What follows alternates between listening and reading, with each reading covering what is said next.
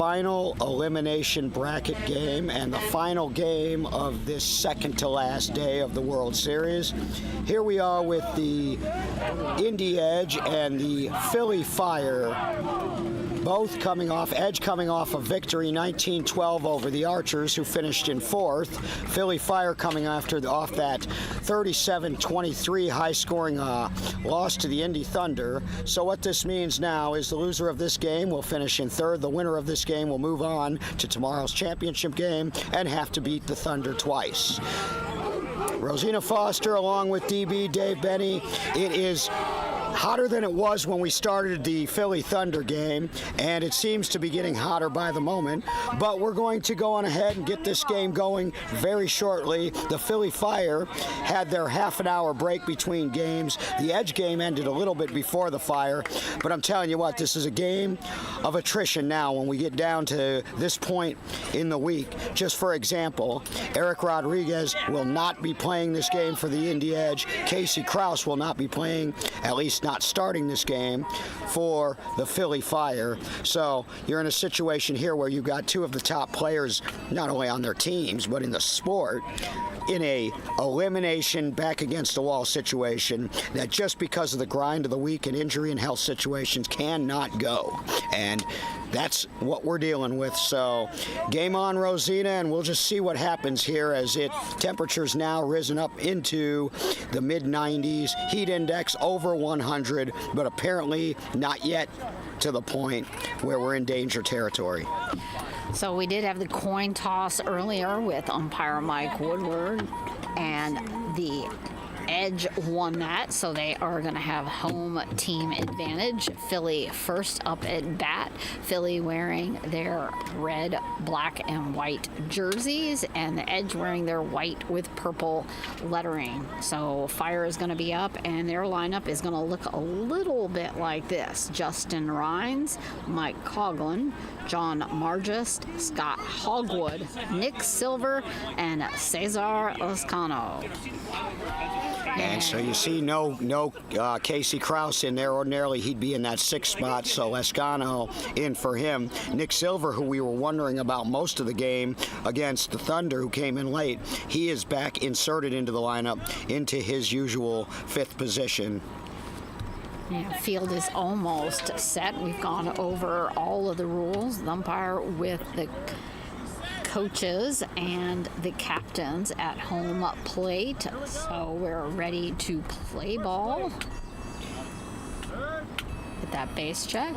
Again, Justin Rhines. Mike Woodward says play ball, and play ball we will. Enjoy. Winner to tomorrow. Loser is done for the year.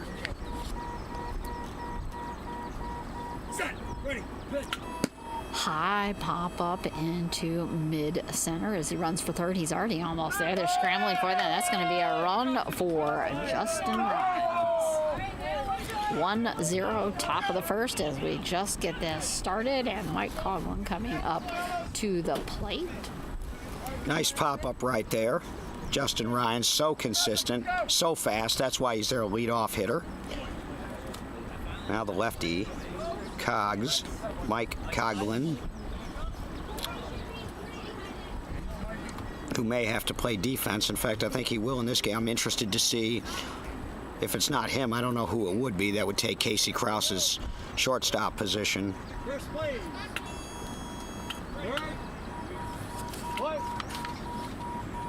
Here we go. Ready for that pitch. Pat Krause ready to chuck it. He's the pitcher and coach for Philly. And bouncing grounder right up the middle as he runs for third. Miguel coming over to back up Corey Y. And that is going to be Miguel Tello. He did have it in time. Barely in time, but in time nonetheless. And, you know, he might be the X factor. I've never seen Miguel Tello get overheated and tired. And I've been following Miguel Tello's career since he got to the Thunder as a 16-year-old in 2015 and onto the Edge. And he may be the X factor because he's got energy. And as a designated fielder, regularly for them, he's not running to bases. John Margist up for Philly.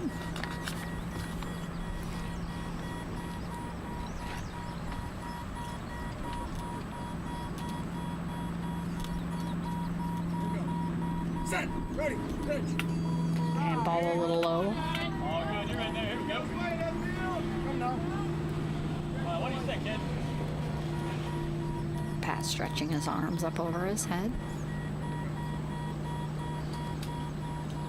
Set. Ready. Pitch. And he slams it just inside the line on the third base side as he runs for first. They're scrambling. Miguel coming all the way over to back up Corian, but that's going to be a run for John Margis. 2-0 at the top of the first. 2 out of the first 3 have scored. Ryan scored.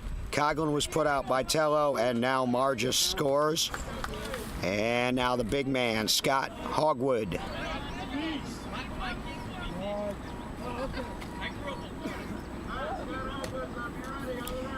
Pat Krause is, of course, the pitcher and team leader for this Philly Fire Club. Jeremy Lopez, when they come up, will be the pitcher for the Indy Edge. And Steve Michaels is the coach and has been since the Edge formed after the 2015 season out of the remnants of what was left of the RHI Extreme. The rest of them went to the Thunder and won 5 championships. Set. Ready. Pitch. Bouncing grounder, middle slightly to the left. As Nick Mulhern runs to grab that, and that is going to be out. Nick Mulhern for that out. So you also see no Eric Rodriguez on defense for the Edge, but Mulherron's up there. Mulherron was eligible starting with the last game, and he did play against the Archers, so that's another X factor because Mulherron has had a little bit of rest. The Edge have already played 2 games today, knocking off the Comets and knocking off the Archers, but Mulherron did not play in the first one against the Comets, so he may be a little bit fresher. Scott Hogwood coming back up around behind home plate as Nick Silver gets his base check. Speaking of a little fresher, Nick Silver came in late in the Thunder game. Should be ready to go. He's usually a ball of energy. Set. Ready. Pitch. And the ball just under the swing. Yeah, these next 2, Silver and Lescano, did not start, but they came in late when the game was pretty well in hand. Set. Ready. Pitch. And just under. There we go, Nick. Come now, kid. Hey, with Nick. Reset.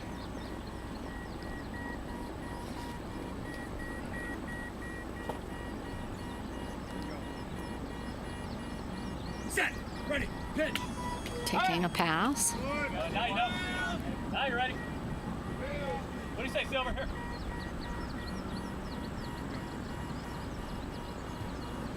Set. Ready. Pitch. And just underneath. Strike 3. Here, now. All right. The Edge 1 strike away from getting to get off the field and get under their tent to hit.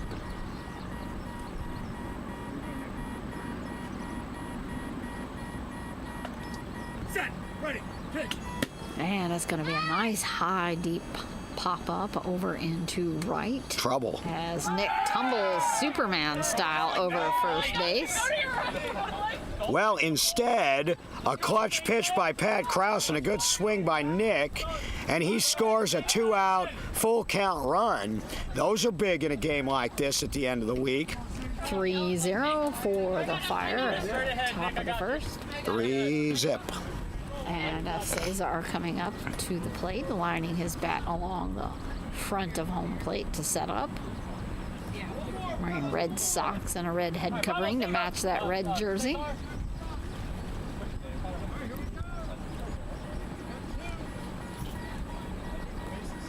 First play.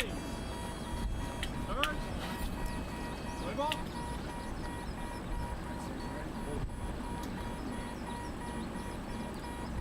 Set. Ready. Pitch. And taking a pass. Ready here. So he also, like Casey Krause, takes the first one, at least this time he did. Set. Ready. Pitch. And nice line drive on the right. He's veering quite a far into he's coming back over to the base, and he's got it before Grant can get to that. That's a run for Cesar, taking the Fire up to 4, as that's a 4-0 game. Right side needs to stiffen up for the Edge, not only this inning, but for this game. Otherwise, Pat's another one. He'll try to find him. Top of the order. They turn the order with the 5 and 6 hitters all scoring. That's big. Justin Rhines. Runs are going to be a must in this game. We saw the Edge put up 28 in a losing effort against the Thunder yesterday. Saw the Fire put up 23 in a losing effort against the Thunder today. Picking up all these little nuances in the game. Setting Grant in place just a hair over. And now the Edge is ready.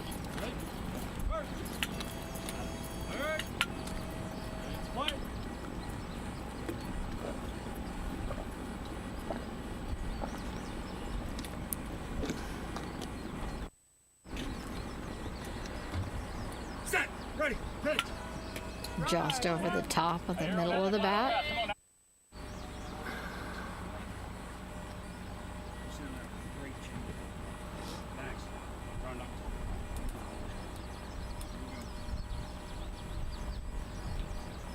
Set. Ready. Pitch. And high pop up, gonna be mid in the center, and he's running for first. They're all scrambling for it. He's already at the base. Now 5-0 as they go bang, bang, bang. Mike Cogling coming up, a lefty for the Fire. So both of Ryan's runs have been good pokes here in this inning. Justin Rhines doesn't seem like he's having any ill effects from the heat, the humidity, the long week, the hard hits. New game starting over, fresh from stress. Yep. Can also do a lot for a person. It is impressive, these athletes, though. They only got a half an hour really to rest up from that long.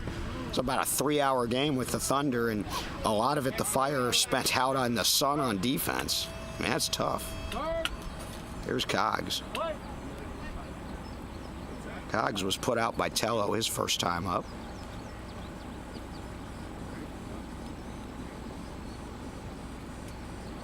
Set. Ready. Pitch. And just going underneath the swing. Stepping back up with his toes on the edge of home plate before stepping back.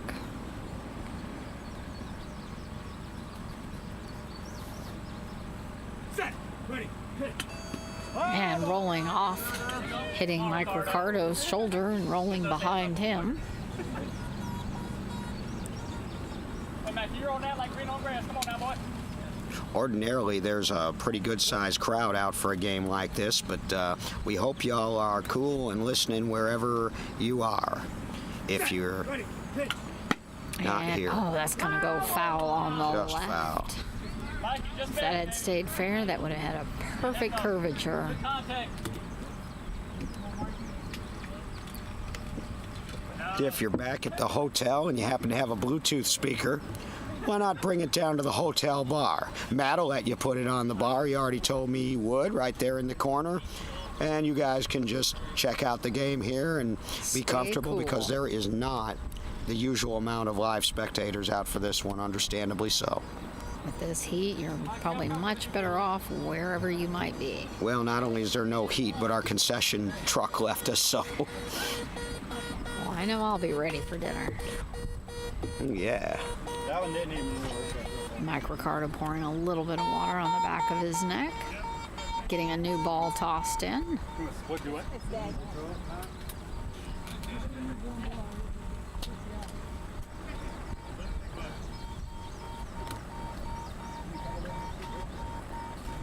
Couple tosses there from Pat to Mike Ricardo.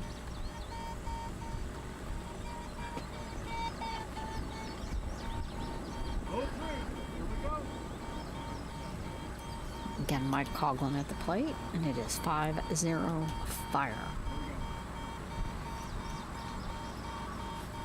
Set. Ready. Pitch.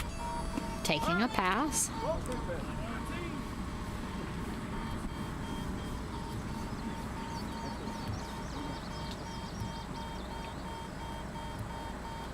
Set.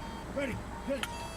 And just over the top, that's going to be a strike, and that will end that for the Fire and allow the Edge to come on up at the bottom of the first as we have a 5-0 game. Jeremy Lopez heading on out to the field. walk some of his players in before grabbing the ball and headed to the pitcher's mound. Fire heading on out in the field. And it looks like Sean Walker is going to be the designated fielder out there.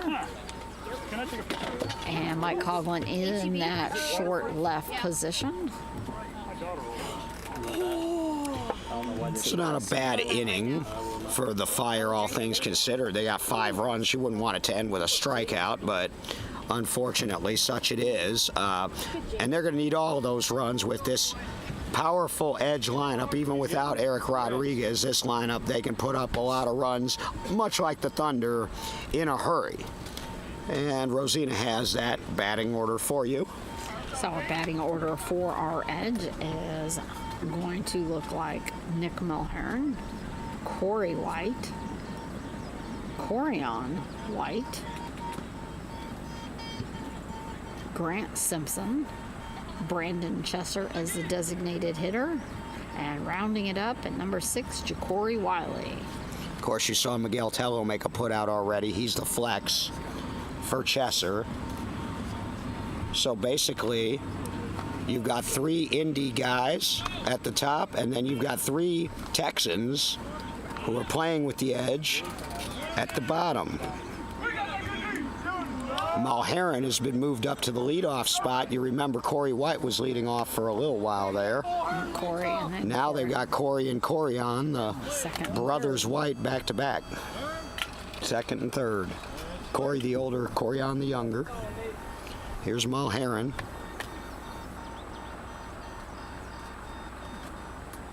Set, ready, ball. And the ball a little on the outside edge of the bat. Mulhern, the subject of that controversial ejection yesterday in the Thunder game.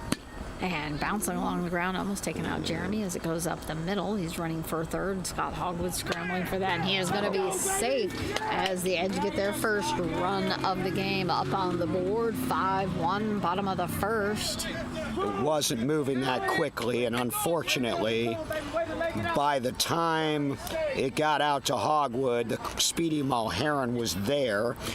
And wonder how that might have played with Casey Krause on the field, but this is it now. You got some depleted defenses out here, and it's really kind of equalized. I mean, I would say at this point, Casey Krause on both sides of the ball and Eric Rodriguez are sort of trade-offs.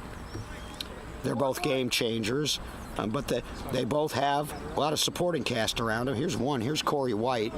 As I mentioned last game, I can't imagine. It's got to be between him and Gerald Dykes, between the two I've seen, as far as who's got the higher batting average. I mean, they're both just ripping. Set, ready, ball. And super high pop up as it goes into Just left, landed. almost just going to center. Forget John it. Marr just stumbling over to get that, but he's at first, and that is now a 5-2 game. Bottom of the first with Corian now coming up for the Edge. So no matter who you are, there's only 2 ways you make that play on Corey White on a ball that high. One, you catch it, which hasn't been done in a game in 22 years or something like that.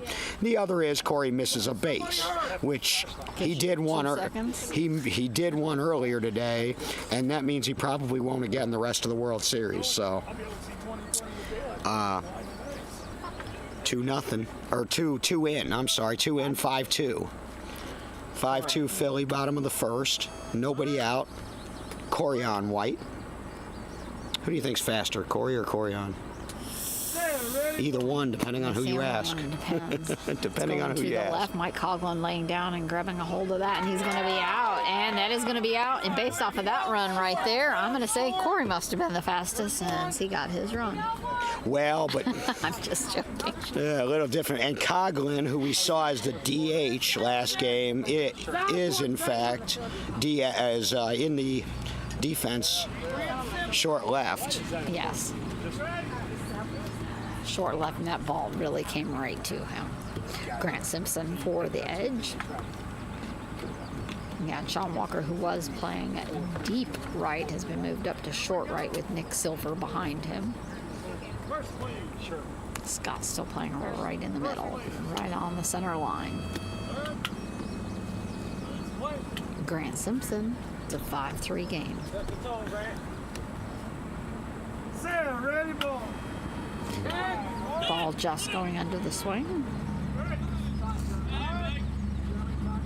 Gonna hold for this volume of vehicles.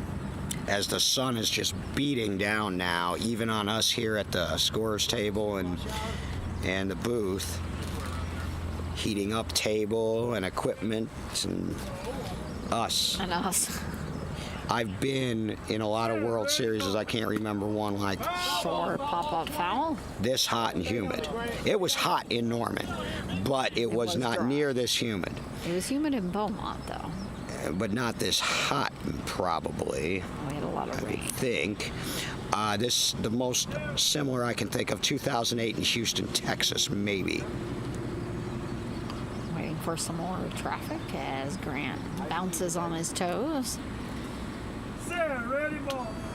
And pop up short right. Sean Walker coming up on it. He's going to have to get his hands on top of it. Go! Yes!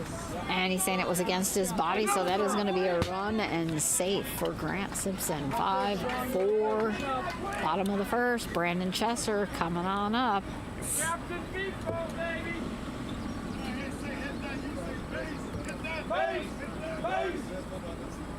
So Coughlin put out Corey on. Corey on, yes. Nick and Corey scored. Grant Simpson scored. First, please. 5-3. Here we go.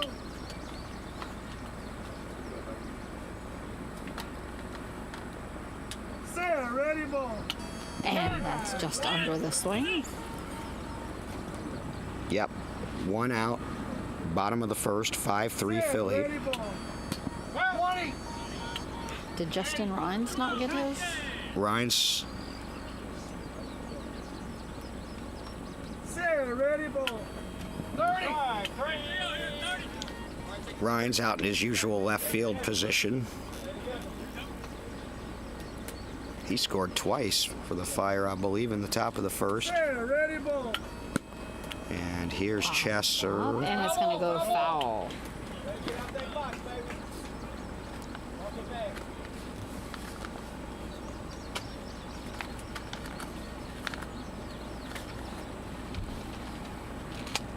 We saw Chesser come in to replace Mulherrin yesterday in that semifinal and score a couple runs. Brandon walking it back up nice and easy.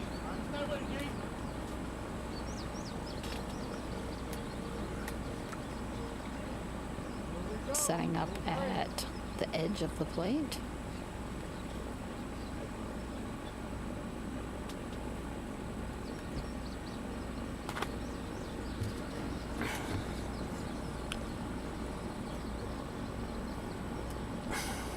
Set, ready, ball. Tip, tip. Stay with him. Let him fight. Fight, boys. Just staying alive. Couple slow drags across the home plate. Set, ready, ball. And right on the tip of that, it goes on the ground up the middle as he runs for first, just outside of their hands. And John Martin struggling for it. That is going to be a run. Next play, here we go. Good talk, Mikey.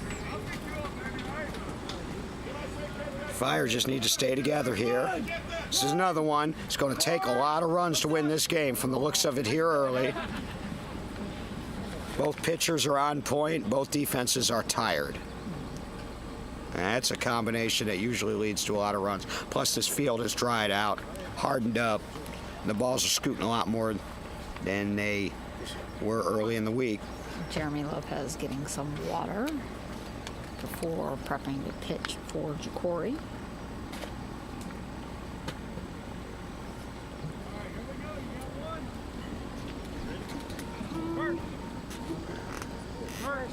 Oh, I'm sorry.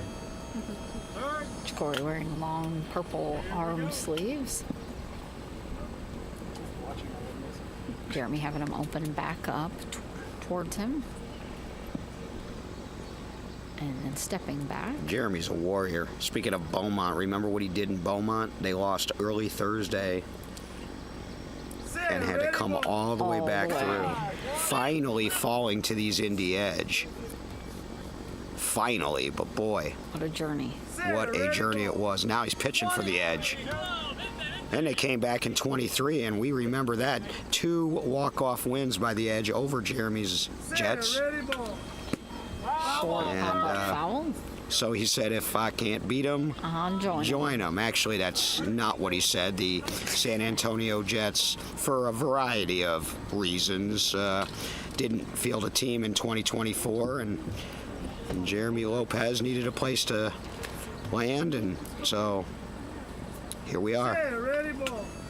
And a nice line drive out into left, just past Mike Coughlin as he runs for first. Justin coming up, and that's going to be a run. It is now tied up 5-5. Starting all back over with Nick Mulhern.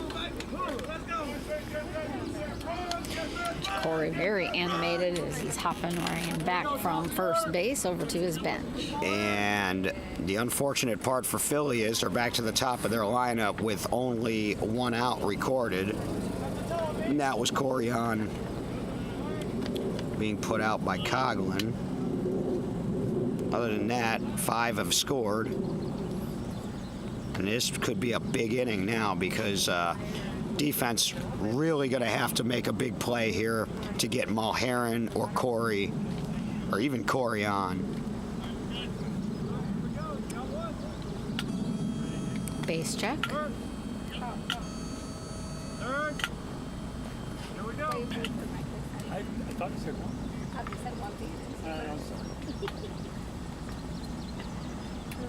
Oh. Okay, I'm hearing Eric Rodriguez has a strike, has not been ruled out for tomorrow. Don't expect to see him today. He's having some real knee issues, but And a nice line drive, middle to left as he runs for third. There's Stone grabbling to get that, and he's missed the base, Missed comes the back, base, and he and still gets it. That is some defense that needs to be picked up. yeah, they're tired. I mean, this is going to be whoever can score the most before they tell them it's over wins. That's why I think the younger, and I'm not, the Fire have a little more age to them. When you talk about Hogwood, who's amazing the way he's held up. I mean his size and his, longevity in life, let's say, his wisdom. He's temperature. He's a man of a certain age. And, These games, they do wear and tear on. and then on the other side, you got Mulhern in his late 20s. You got the White brothers in their 20s. You got Miguel Tello. You got a lot more Grant Simpson. All those youngsters. Yeah. Yeah, this is going to be tough. But the Fire are the defending champs, and if you want to beat the champs, you got to knock them out. Set, ready, ball. Corey up.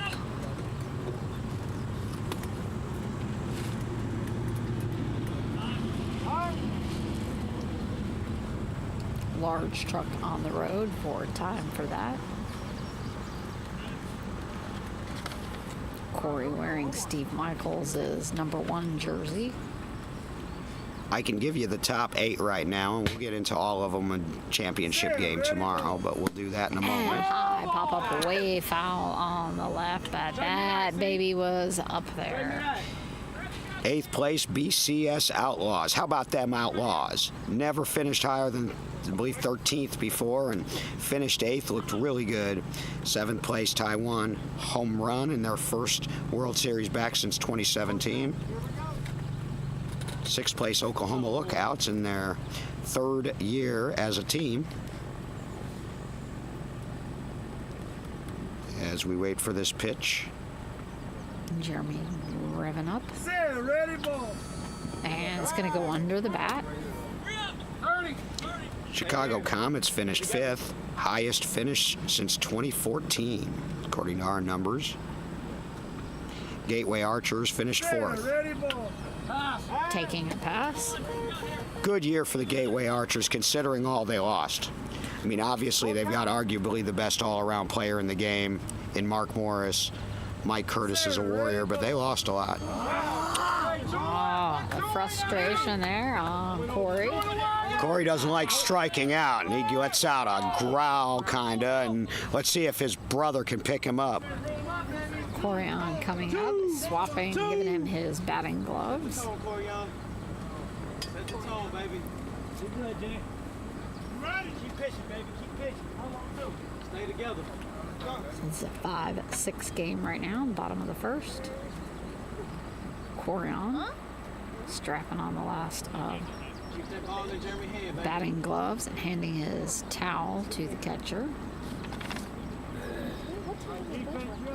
It is important to keep the hands and the bat handles dry in this heat and humidity so that bats don't go flying. Like we saw a couple games days ago. Corey let go of one. Set, ready, ball. And a slamming grounder to the left over to Justin. He's going to Rhines. have to line up for it's past his hands, and that is a run for Corian. He had one shot with Corian. It wasn't a great shot. You know, Rhines always seems to be close, and sometimes he gets them. He's really good left fielder, man. One of the best. I guess I'd put. We talked about shortstops earlier with Morris and Rodriguez and Krause. Justin Rhines or Zach Buehler? Man, I don't know. And They're outstanding. I think it's just going to depend on the field, a lot of that also. Yep. If you're going Sure. to have a bumpy, rolly field, or if you're going to have a nice, smooth field. On a smooth field, I'll take Zach all day because of his goal ball ability. Sometimes Zach, though, tries to stop balls with his legs Feet. because that's what you do in goal ball. You can't do that in beat ball as much. Ball bounce over you. I got you. That was. Grant Simpson with one strike. You okay? That said, I've witnessed Zach Buehler and Justin Rhines both make plays that most wouldn't come close to.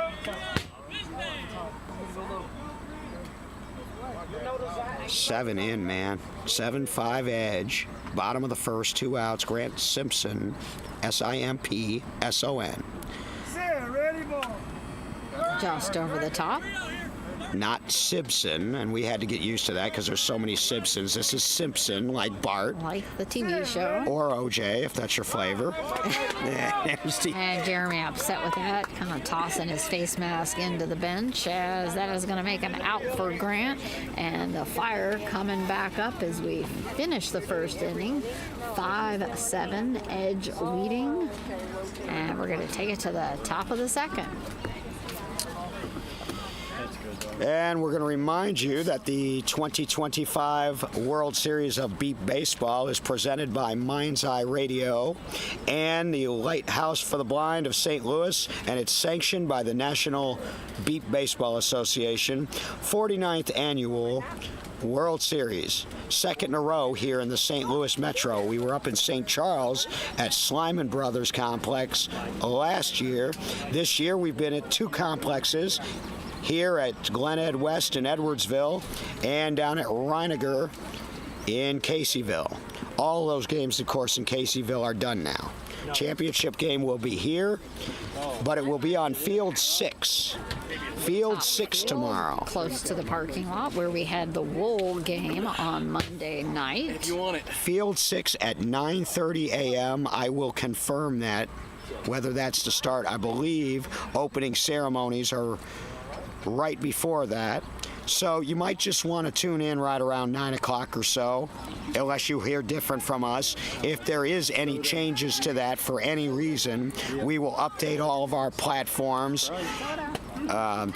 Our public relations page at NBBA 76 on Facebook. Of course, Beatball Nation, if you follow along in that private group. And if you don't, you might want to submit a request to join. You can find a lot of information, some opinions, and a whole lot of live stream games and other Beep Baseball material. It's the largest online community for Beep Baseball in the world with over 2,000 members. And John Margist up Margist. for Philly. Captain John Margist. Oh, my captain. Oh, Captain, my Captain.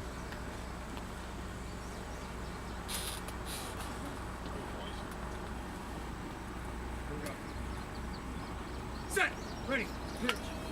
High by pop up deep in left. Everyone is scrambling, even Miguel Tello. And it's going to be a run. Miguel getting a hold of that, but not before John hit third. So that will take it to a 6-7 game. Scott Hogwood coming up to try to slam another one in. See, the Fire won't stop scoring either. So, and like I said, you want to beat the champs, you got to knock them out, especially when it's Philly, because they're fighters. You ever seen Rocky? 2, 3, 4, 5, or what are they up to now? 12? How many Rockies did they do? Well, I think they're down on to not Rockies, but now they're on. Well, they made so many that now they've got a Rocky sequel series. Yeah, it's based off of Oh boy. the Apollo Creed set. They have Creed 1, 2, and Creed 3, I think. Well, aren't those prequels though? No, they're following his Apollo Creed's legacy. So they're after. I thought Apollo Creed died in one of the later Rocky movies. Yeah, but that... they're like his kids or. Oh, okay. So it's not him. Yeah, it's not his. Rocky. Okay, Yeah, it's I like see. I was raised on Rocky, man. I used to watch it with my old man. Set. Ready. Pitch. And just underneath the bat. And I'll tell you what, now it's been talked about this week, and I don't know of any associations or any attempts, but if they ever had blind boxing, I said that's the one thing get me back in shape. Philly's a great town for it. Maybe they can come up with it, and that's a strike. Almost going down as he spun around. It's tough out here, guys, but we're going to stay with you for as long as there's beat ball. Or until we drop, whichever comes first. And a bouncing grounder over to the left. Nick Mulheron stopping. It's rolled Good over his play. back, and he's got a hold of it. Good play, Mulheron. That's how you do it fundamentally. And he had to corral it, but you could hear it from here. You could hear it hit him. It's out by Nick Mulheron.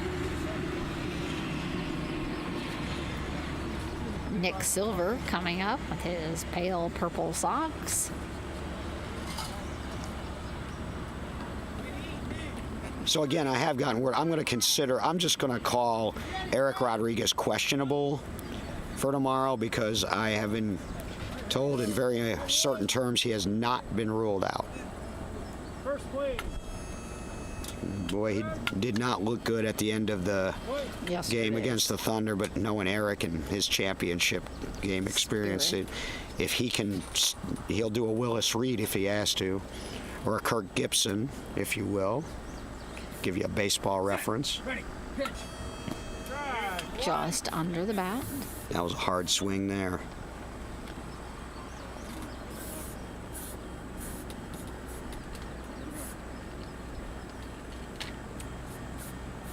Set. Ready. Pitch. And pop up away foul behind the edge bench. Casey Krause is done for the day. He is no longer at the facility, I don't think. I think they took him to get him checked out. It's hot, and, you know. Yeah, he was shaking on the field, literally shaking. Pat Krause ordered him off the field. Set. Ready. Pitch. Taking a pass. Now you know. Here we go.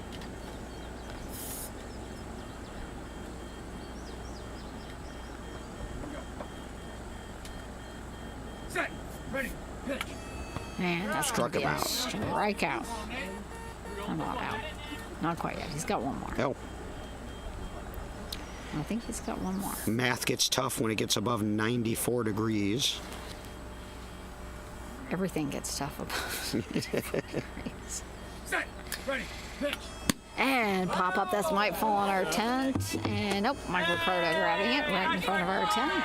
Good catch, good catch. There's Corey out there doing his.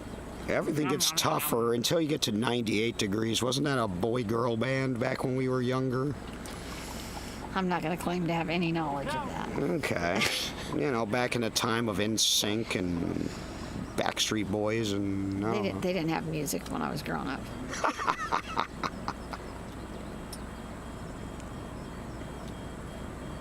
Set. Ready. Pitch. And that is going to be a strike out for Nick Silver, bringing Cesar up to the plate. So, Silver 1 for 2. He did score his first time up. Now Lascano. Pat wiping off the ball and his hands. Everybody slow moving out on the field. First play. Base check. Third. Here we go.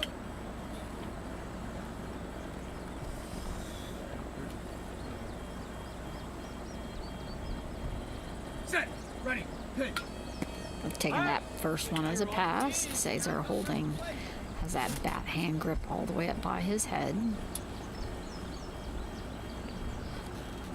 Set. Ready. Pitch. High pop up in the center, and it's going to come down just behind Nick Mulhern. And that's going to be a run for Cesar. And now we're back to a tie game, 7-7. And that's big. You get Justin Rhines out, who's got a hot bat right now. So the bottom of the Fire lineup, even without Casey Krause, is contributing. Silver scored one, Lascano has. And now Ryan's with a chance to give him the lead. And I'm going to tell you something, just to give you all an idea of how hot it is in this sun.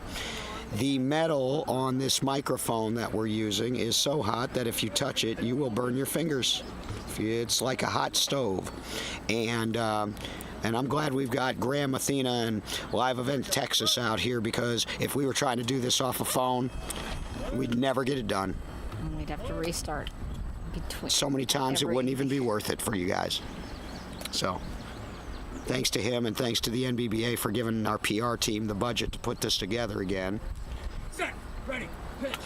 And a nice line drive on the left, just inside third base line as he runs for first, and it is out there. Nobody is even going after it. Might be called for a dead ball.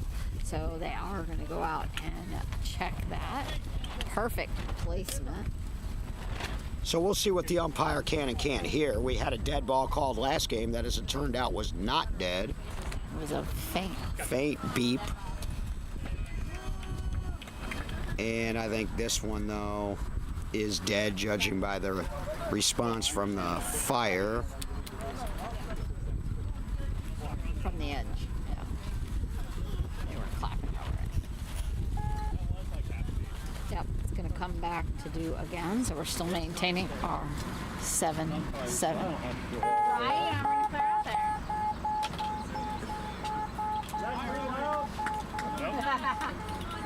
Nice to see we still have fresh, nice, good, loud balls here at this late stage. See if we make it. Oh no, it made it all the way out to pitcher Pat, and it has now died. Yeah, that was a great ball until it died. Till Pat touched it. But, That you was know. sudden. That was sudden death, though. Usually you can tell when they're about to go. That one sounded like it was live as could be, and then the next thing you know, nothing. If you care to donate, these balls cost $37 a piece or thereabouts. Care to donate one, nbba.org/donate. You can donate one, you can donate as many as you want, but we'd really appreciate it. Teacher, please donate more. There you go. We love our teachers and wish they got paid more, really. They're not happy with that ball. We're going to go for third time's the charm, possibly. I think the balls are scared when they hit the Honorable Pat Krause that they just stop beeping. You think the judge has that effect on people? I think the balls are a little scared. So what's the penalty for a ball being held in contempt? It's ejected. Stick the pin back in it. Silence it forever. Justin Rhines finally getting that base check. We had a ball this morning that was the opposite. It wouldn't quit beeping even when we wanted it to. Stuck the pin in it, it wouldn't quit Take beeping. it out behind the field. That's when you chuck it in the woods. There were no woods to be found.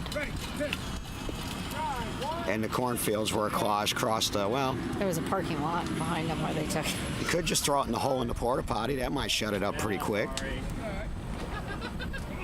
It'd shut me up. I'm trying to play. I'll just help out.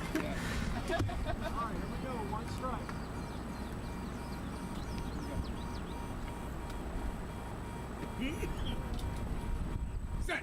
Ready. Pitch. Bouncing grounder foul. Still 7-7. Top of the second. Justin Rhines walking it back in after that foul hit.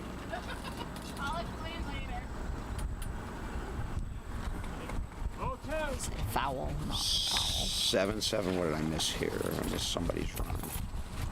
Before Silver was Hogwood. Yep, 7-7 it is. Rosina gets another one right. And popping back foul among us. Just to my left. Hey, when you do hit a ball, you have to drop the bat. I know. I just know it's foul. His teammates giving Justin a hard time about still hanging on the bat after that hit. You know, there is a breeze out, but it's not a cool one. It's like a blast furnace. That's why I haven't mentioned it yet, because it's so hot. Although it is a stiffer breeze than we've had, you know, most of the week. today. And a nice grounder and just past Nick Mulheron's feet, and Corian grabbing that up, backing his pal up. Solid defense by the former Thunder standout, now turned Edge. He wants to play his former team tomorrow for all the marbles. And a good inning for the Edge defense. They gave up 2 that I counted. And that's what I've got. 7-7 as we head to the bottom of the second. Edge coming up for their at bat. Philly going back out into the Furnace Fire Pits fields to defend. 5, 6, and 1 due up for the Edge. Chesser, Wiley, and Mulheron. Sean Walker still with a little bit of jump in his step as he heads out into short right. Bless him. Especially after all the running he did when he was in deep right against Jared's well-placed pitches. Trying to think other hot, humid World Series. Of course, 08 in Houston. 05 wasn't as hot as 08. We were in Houston for that. 2000 in Taiwan. But it wasn't this hot. It was just as humid, I think. But it wasn't this hot. Columbus, Georgia was pretty hot and humid. But other than this and 08, I can't remember anything quite like. We've had heat, but we've got a heat index right now over 100 because even with the temperature in the 90s, the dew point is in the upper 70s, and I've even seen some lower 80s readings. That's Amazon rainforest territory.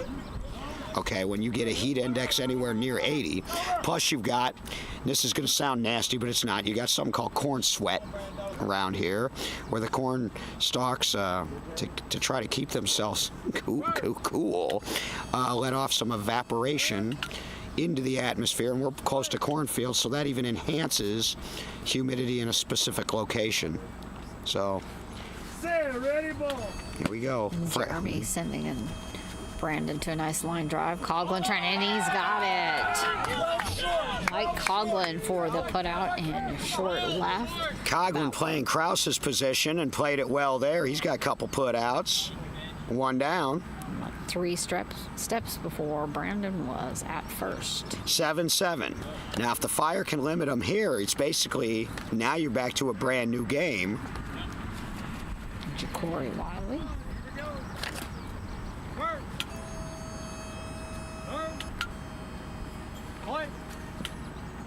Quick tap at home plate. We're bringing the bat up over the shoulder. Ready, ball. And just over the top of the bat. Speaking of Houston, Wiley began his career with the Bayou City Heat and Fonzie Medrano. grounder over to Mike Coughlin again. should have. He's Oh, he fumbled missed out of his that. hands. Nope. And he's saying safe. He did not have it off his body. And that's a play Casey Krause would have made. Absolutely. And Coughlin usually does. And he'll want that one back. He's a fiery competitor, and he's an excellent beat ball player. But now's not the time to start playing with your food. Edge take that lead. It is now 8-7. Edge leading by 1 with Nick Mulhern starting the Edge lineup. There was a lot of chatter on social media about the Mulhern tossing. He got ejected yesterday, and some of us don't think he High pop up and deep Did much, into and center right. There is there it nobody is, there. nobody there. He's just going to make a clean run, and he does. That's a crime against that ball. unbelievable. Limping just a little bit when he slid. It looks like he's favoring his left knee. Can That's- ill afford to have an injury. No, absolutely not. With Rodriguez already banged up, you don't want to lose anybody else, especially Mulhern. He's one of the, I'd say, top 10 all-around players in beat ball. He missed most of the season and showed up for the World Series, and he looks like he's in pretty good shape. And that was opposite field with power. There was nobody going to get to it. All he had to do was hit the base. Probably could have walked to it. He probably just about could have. Corey White up at the plate, getting that base check. Come on, Corey, liven things up a little. Go yard. Cloud cover. Sun just went behind a small cloud. That would be nice for about 30 seconds. Pop up, foul. You good, baby? I'm over here. We have still not seen a home run on our Game of the Day stream since Justin Holland hit 2 in the championship games in 2022. It's been a They've little happened, but not for us. Corey's one who could do it. Y'all know that. He's got the most famous home run in the history of the sport. He swings through that one. In case you don't know, Corey White literally ended the 2021 World Series with a home run. Another strike. And in doing so, ended Kevin Simpson's legendary pitching career as he retired That year. immediately after and turned the reins over to one Jeremy Lopez. Hey, move those feet, keep those feet moving. Set, ready, ball. And taking a pass. Stay together. Stay together. And I have Corey White's home run jersey from that 21 championship game. It's going to be a short little grounder. He almost ran to first, turned around, head back toward third. Mike Coughlin has it, and he is out. He didn't play with that. He can't afford to with Corey. He picked it up right away. Well, he did take a step and a half towards first, then had to correct towards third. Otherwise, he might have beat that out. That's my fault, man. Corey on White now at the plate. Right here. Still a 7-9 game.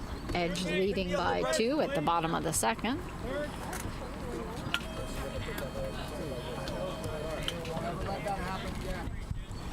They're just looking for that one last out. I can't be trained.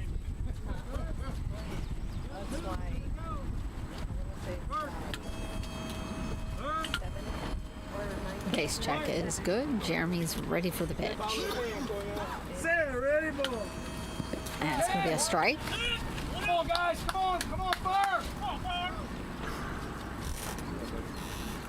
Set, ready, ball.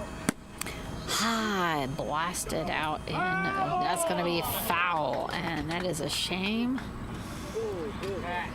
That was out past Justin Rhines. Almost. Not a prayer. Almost would have, if that had been fair, could have been a possible home run. We bonded like 30 Just got out early on it. Yanked it way out there. Time back, Holy getting a drink of water cow. on his walk back, or of Gatorade. Ball finally making its way back up to Jeremy. Yep, if he had straightened that out, that would have counted for 2. And I don't think he's ever hit one before. think his brother has bragging rights on that. He's hit several, but Corian more known as like a line drive hitter and speed. He jacked that one.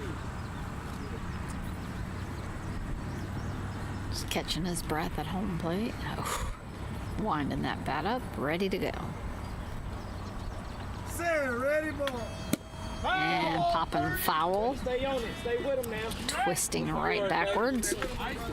Winner of this game will meet the Indy Thunder, who are back in the championship game after a 4-year absence.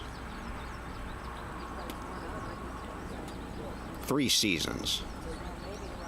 Sarah, ready, ball. Gonna take a pass. Come out here. Hey, listen up. You hit it. Pulling that bat back up.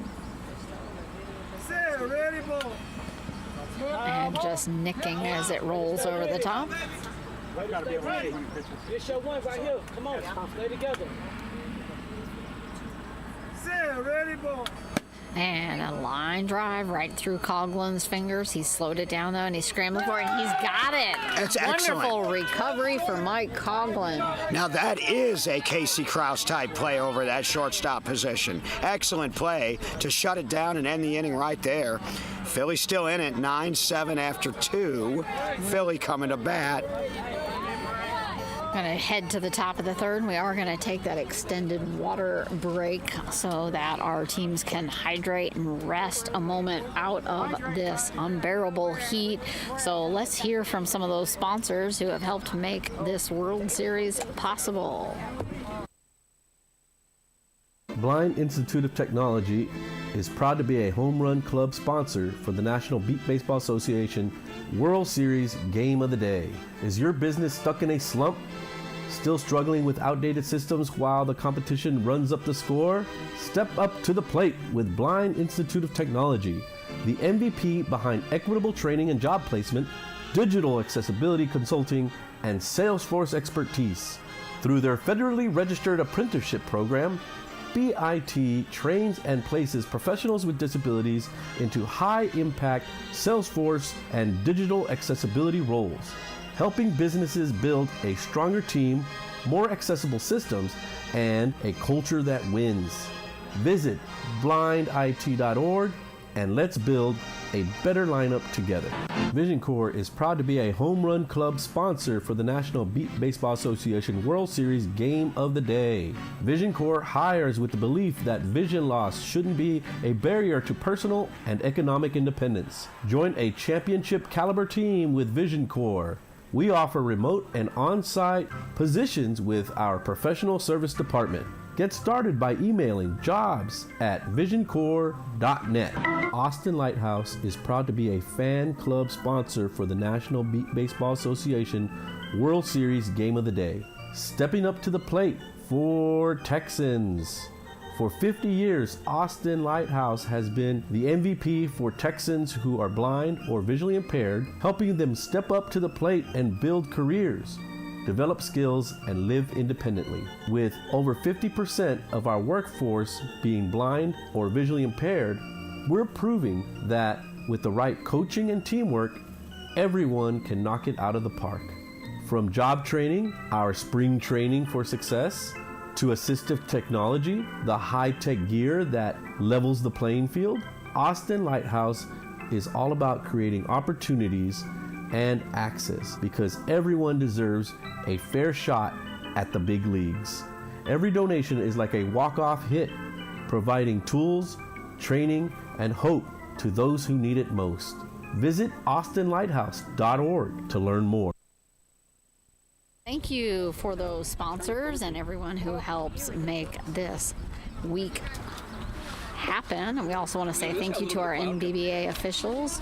We have tournament director Cassie Hopkins, and what a wonderful job she has done. Also the tournament assistants Jamie Sibson, Cameron Sibson, Katie Mathena. We have our equipment director and crew Glenn Hopkins and Knox Ward. our head umpire Jason Price, as well as umpires Jaden Price, Kemp Price, John Lykowski, Mike Woodward, Dave Taylor, Jordan Simpson, David Robert, Austin Hawkins, and Jason Blakenmeyer. Head scorekeeper Karen Lykowski, and scorekeepers Sylvia Redmond, Missy Lykowski, Linda Skaggs, Ronnie Higdon, Peggy Hurt Franks, Trisha Cramp, Melanie Taylor, Bradley Farmer, and Christina Heppen. Our media specialist John Lykowski Jr. all over the fields everywhere, getting those pictures that you all love for our calendars and media spotlights on the social media pages.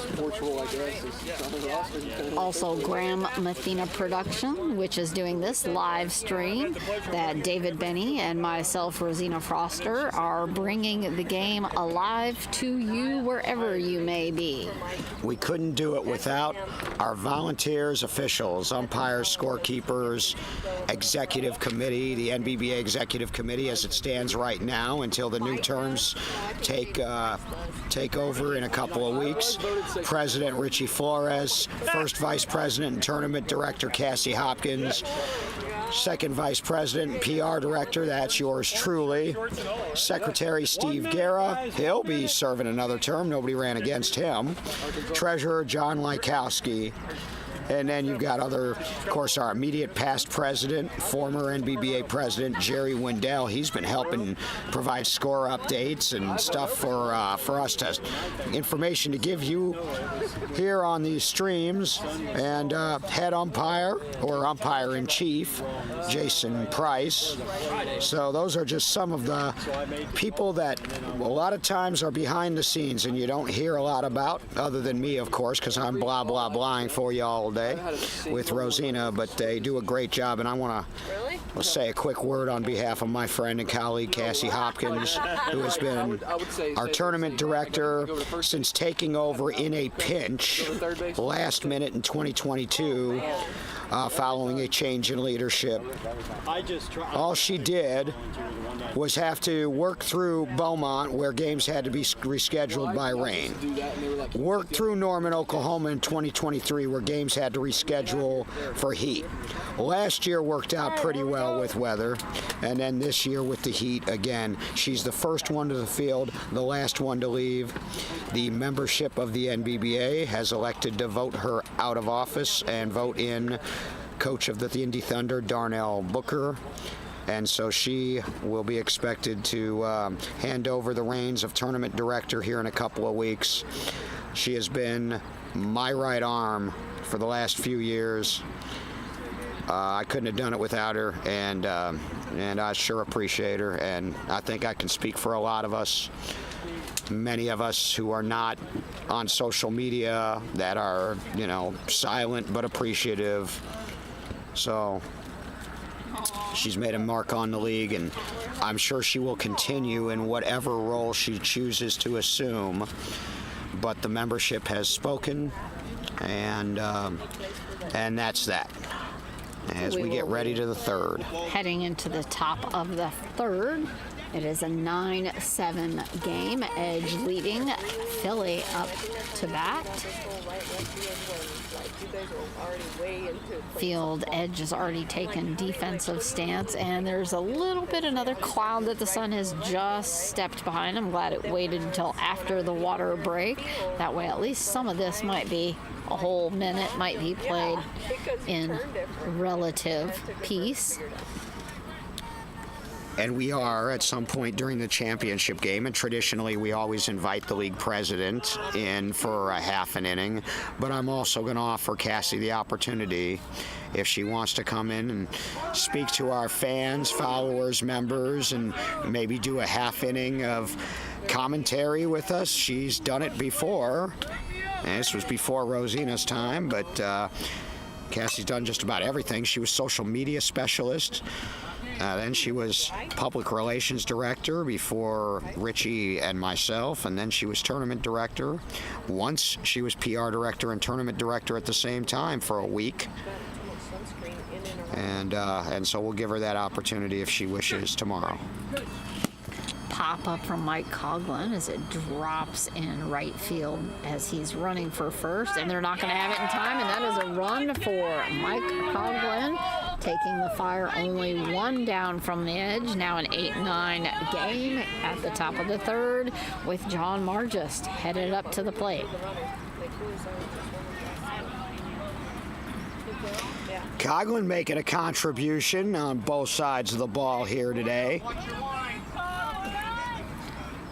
Coughlin was an all-star 3 years ago, actually 2 years in a row, selection to our showcase. He made it the first time, wasn't able. He was among only 5 out of 34 that we had in 2023 that couldn't make the trip. And then he was injured last year. Technically was a member of the Indy Thunder roster, was Mike Coughlin, but didn't play much, and now he's back with a vengeance this year. Now Margist. He's been an all-star all 3 years since we started doing it. And I suspect he probably will be this year, too. Pop up almost straight up. Let's see if that is going to be fair. And he's running for third. They're just now getting him, but he's at the bases and tumbles over third, taking it apart, tumbling sideways. Scott Hogwood coming to back him up as it is now a tied 9-9 game at the top of the third. Perfectly placed ball. I thought that thing might hit and spin back foul, but it did not. And Mike Woodard went out a little bit. He was all over it, right on top of it. And that's a perfect, I mean, that's a long way to have to come, and you have to wait for it to land first. John Margist hollering to his bench to keep it going. You track it while it's in the air is the idea. So you use your spotter's call and you charge, but then you can't make a play on it till it lands, really. Short left. Nick Mulheron coming up. Nick's Looks got like this. He's troubling with his. And he does have him, but he was a little bit slow there. It looked like he was favoring his knee again. Still, yep, he is still favoring that left knee. So that's what I talk about when I talk about a war of attrition. It's not in the negative, as in, you know, that they're not very good, but these teams have been, and players have been attrited, as I say, throughout the week, to the point now where a lot of them are playing hurt, and a couple of big names aren't even playing at all. They are beat, they are battled, they are definitely bruised, but they are still out here giving it their all. And up next is Nick Silver. Set, ready, pitch. And it's going to go just underneath the swing. Nick with a run and a strikeout today. Jordan says she's going to the game. But she's so tired already played night. So she wants to Set, go. ready, pitch. And And just underneath the bat. so we should go to dinner. And then I don't really know what time I'm going to be done. So let's say 7 p.m. And then she was like, what do you do tonight or tomorrow for championship game? I said, well, it's really Getting a little correction from Pat. Set, said ready, tomorrow, but I pitch. don't know for And taking a pass. we get everything broken down. Now you're ready, here we go. Tonight. Well, they already are. What? All the fields are already booked up. No, I'm saying overall Bobby Davis Set, turn on. ready, pitch. And it's going to go just underneath for a strike. Full All count. right, full count now. They've gone as far as they can go in this at-bat. I'm going to hold for this large truck.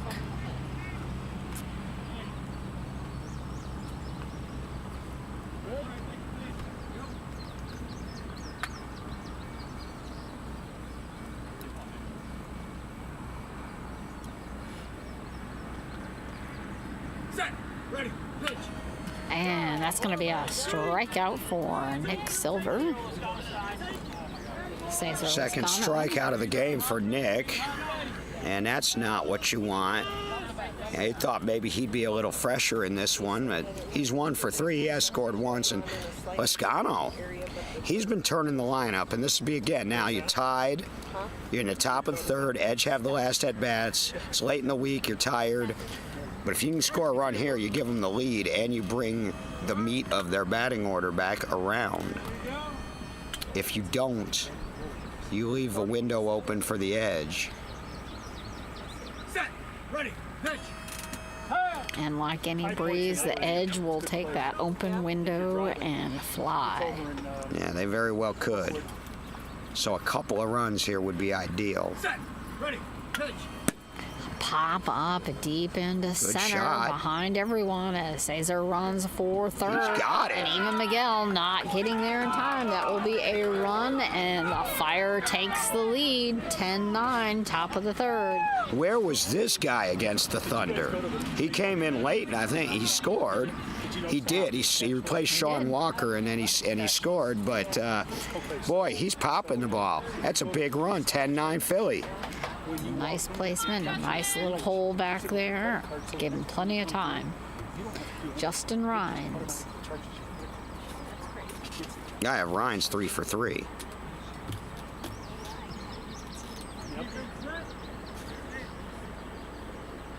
I don't think they've retired him yet. First play. Good. Now, with 2 outs, any more you can get is gravy.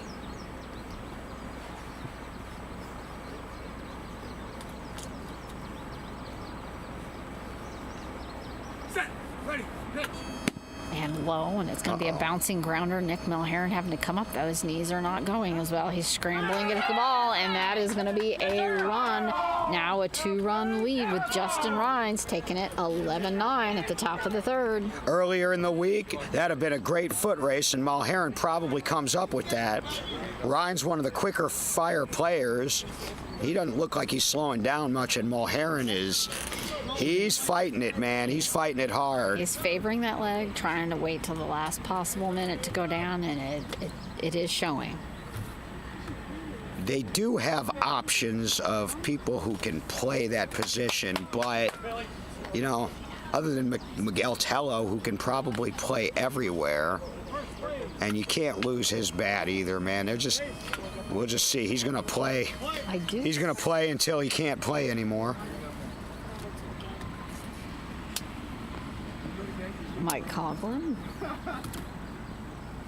And I've been there before. I've been in these games late in the week. I know how it is. I just don't know that I ever played one this way late in the week in this kind of temperatures. Ready. Pitch. And rolling off the top of the bat. Go here, kid. What do you say?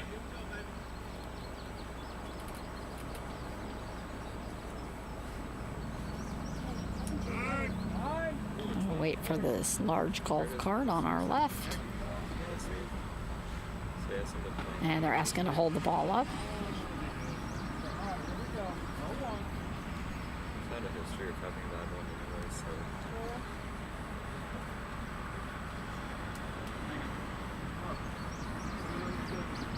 Pat waiting for some of the traffic on the road.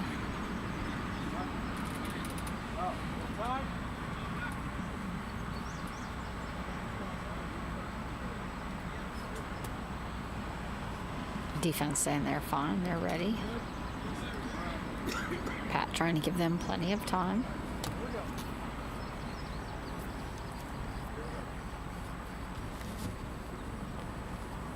Set. Ready. Pitch. And catch on the very tip of that and popping up. Nick Milharen coming up on that. It's really tight. He's jumped on it and he's safe. Oh. Nick jumped on top of that, rolled over, but he didn't have it up off of his body apparently. You gotta have it off your body, and sometimes it's tough, but any way you can do it, whether you have to wriggle your position, and I've had plays where I collected it, you know, squeezed between my legs and had to reach around to get it, because it has to be in your hands. And crook of the elbow isn't off your body either. I found that out once trying to make a play where my elbow was on the ground, but I had the ball secured in the crook of my elbow, and they didn't give it to me. So it's Gotta a 12-9 be in the hand. game, top of the third. John Margist. The Fire are working on a nice inning here. And now we're going to wait for another motorcycle. I mean, they've only scored 3, but they've done it all with 2 outs. They needed it. No, they scored more than that. Hold on, They've got Rosanna. 5 on the board They got right now. 5. It was just 9-7 game. So they've got scored 5, and 3 of them, the last 3 have been with two outs. 2 outs. They're on the verge. Third. Point. Whew.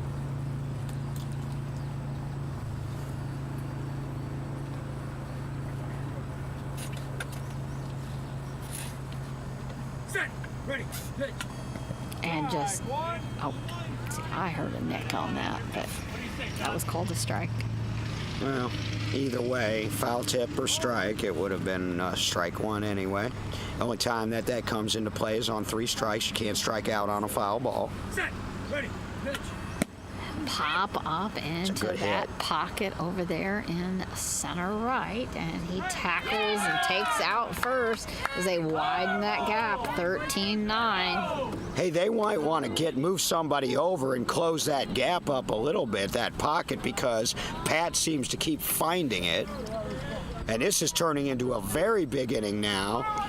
And now it might be the Edge that needs to make a play on defense, because you don't want to lose contact, neither team. Not at this point. Not with players playing on, some of them running on fumes, some of them banged up. It's hard to come back if you get down in a situation like this. Edge have last at bats, but now we got 13-9, 6 in the inning. Forward. Hogwood has home run power. I've just never witnessed him do it. Getting a new ball into play.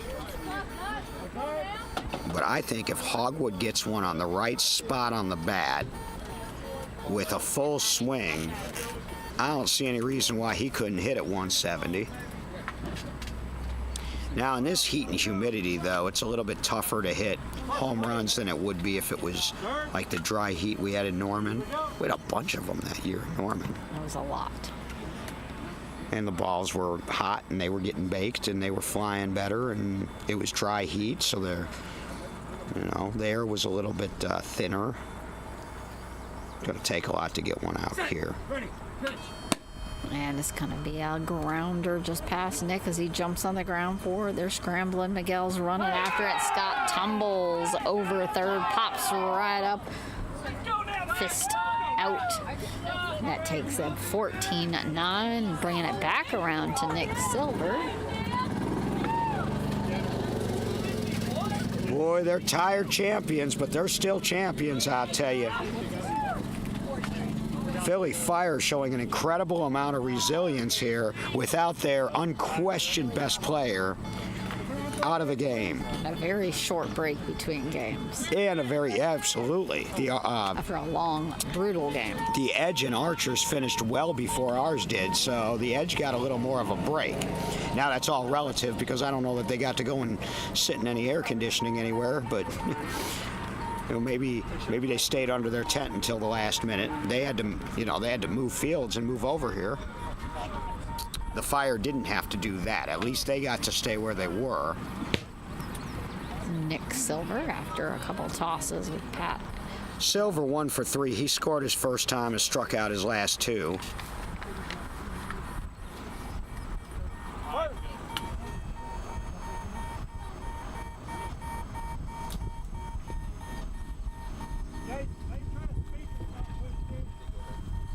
First base is a little bit softer than third, so we're going to try to do some shop and see if sometimes the speaker gets dented in and they got to get it back out. The first base sounds pretty faint.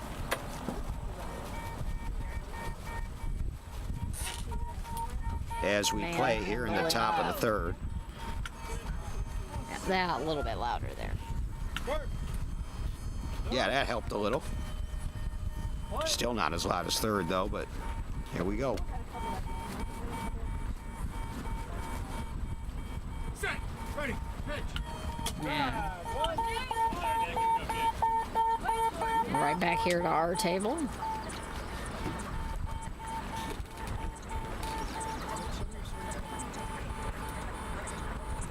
Pat asking Nick to show him his swing.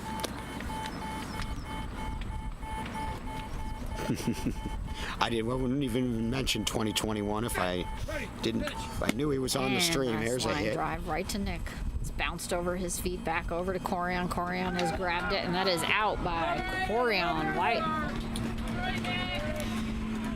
Trying to ebb the tide that the Fire created there as we now go to the bottom of the third. Fire are leading 14-9.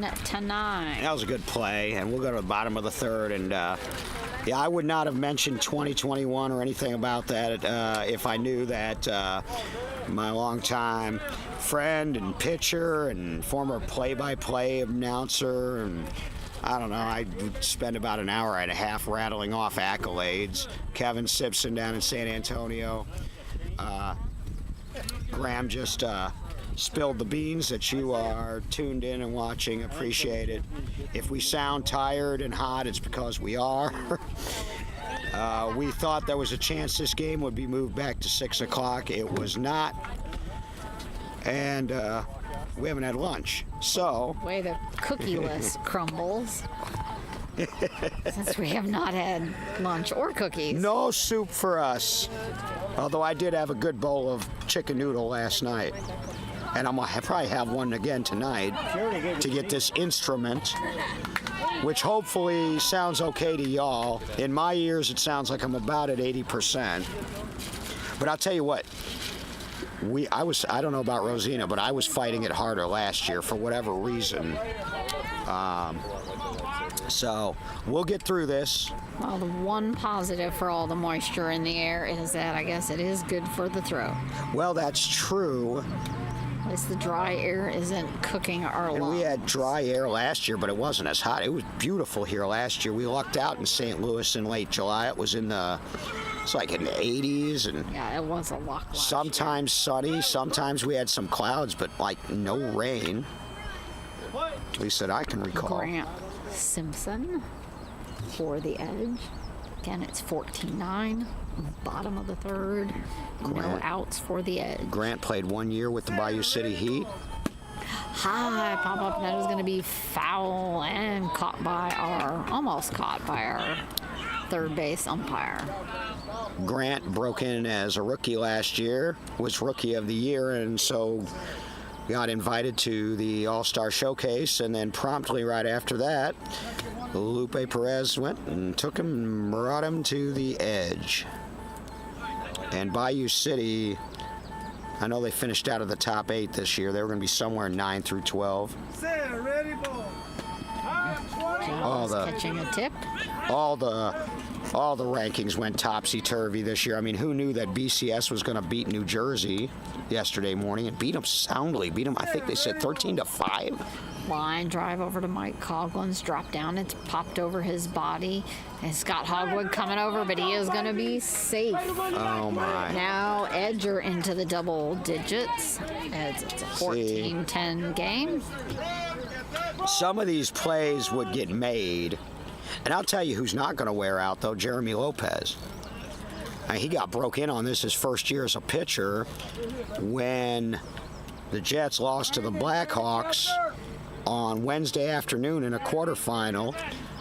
Came back, won one that got suspended, and then had to win like 4 on Friday. They had to win the last half of the suspended game because of all that rain they got in Beaumont, and then rattled off all 3 on Friday and came back and placed second. So, I mean, he's used to this. He's in it for the long haul. Sure, and he don't look like he's slowed down at all. Look at this. Pop up, short into center. They're going to have Fair to ball. come. Coughlin and John Walker also coming up, and he is safe. Not on Friday, you don't. 14-11. Yeah, if they think we're making it to Busch Stadium at 7 o'clock tonight, they got another thing coming. Corey Wiley coming up to the plate. You might get there before they stop selling beer. I think I'm up for a shower and dinner. Skip it. I agree with you. I wanted to go to that, but as the way the cookies did not crumble. Yeah, I wouldn't have minded hearing a game called. Yeah, they're Live. doing audio described, which is not what you think of play-by-play. 2 strikes. What it is some of the things that blind folks might miss if we're sitting out in the stands, if they're doing the wave, if there's stuff on the big board. Mascot Redbird, what is his name? It's not Redbird, it's whatever It's it's the Cardinal. Fred Bird. That's it, Fred Bird.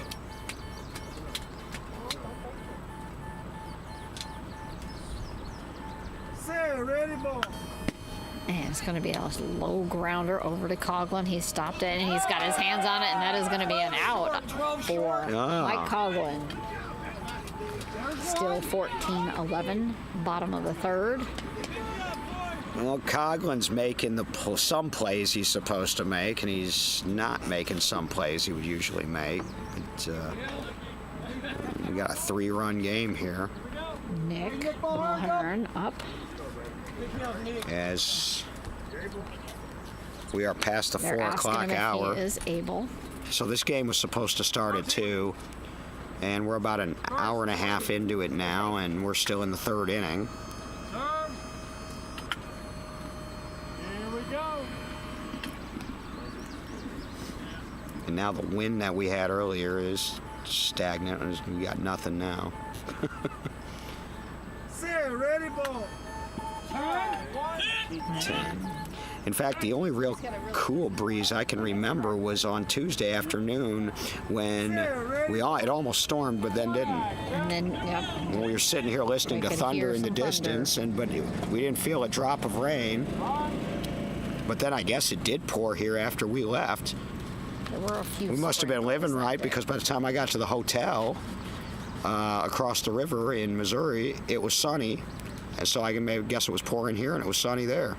We didn't even get hit on the way home. I don't know what happened. I got hit on the way home. Did you? Ready, ball. And it's going to be a grounder on the left. Coughlin coming up. He's got to get a hold of it, though. His body's on it, but he did not have control of it. Yep, we're playing with our food again. 14-12. The Edge are pulling closer to that lead that the Fire worked so hard to get. Corey White. Start over. We're good. Well, there goes those rosters. Set the tone, Nick. Come on, Corey. So on top of everything else, I just spilled about a half a bottle of water all over this Braille, and Braille and water don't mix. Well, those won't even be souvenirs anymore now. Ready, ball. Strike, as that goes underneath the outer edge of the bat. Anybody got a Braille embosser around here somewhere? I gotta print out some new rosters. Well, the Lighthouse might. Yeah, that's only about 45 minutes away across the On metro. tomorrow. Yeah, somehow I doubt they're gonna stay open late for me tonight. They'll all be at the Cardinals game. Well deserved. We appreciate LHB of St. Louis. Ready, ball. And a short little grounder. Mike's going to have to come Coughlin way again. up Don't on play it. with it, He's Cogs. Don't play with it. And he is Oh, out. He did get it.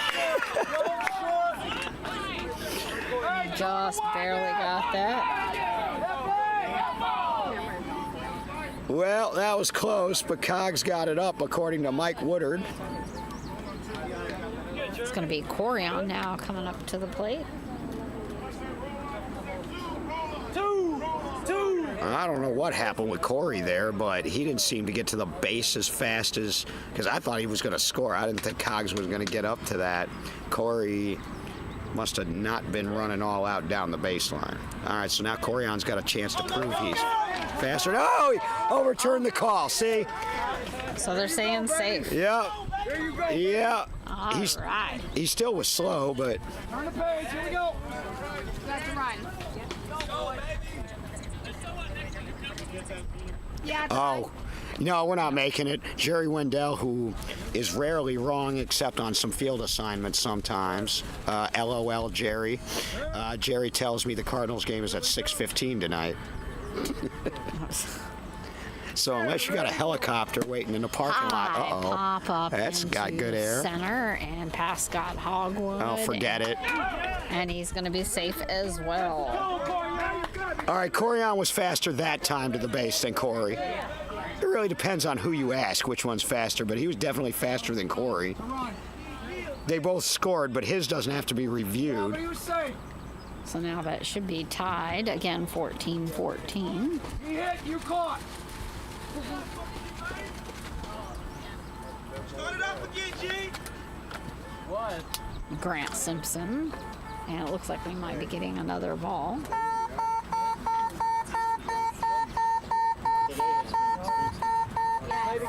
Yes, today has been expensive. Mike Woodard's right about that. We've gone through a lot of balls, and they cost approximately $37 a piece. So if you care to help us out, all we do is based on donations and sponsorships. So even if it's just $37, I don't care if we do it the Bernie Sanders way. $37 a person, nbba.org/donate. Because we started the week with 250 balls plus 50 in reserve. And we're getting down. We've got balls saved for the championship game, but we were getting down to the nitty-gritty this morning. And it's going to be a strike on Grant Simpson. So do the math, you know. What's 37 times? No, I'm not even going to try out here, but this is... And it's going again, short lap. Mike had jumped on it. It's past him. Justin coming up on it. That's going to be a run for Grant as the Edge now takes the lead. 15-14. 15-14, and this is a seesaw affair. I said, man, it's either going to come down to who gets tired first and just wears out, or it's going to come down to who has the last at bat, which in this case is the Indy Edge. So now here we are. You know, it was 16-15 in our last game after 2. Now it's 15-14. We're still trying to get this third out here in the bottom of the third. Brandon Chesser. And just barely touching it. So yeah, it's a lot of money.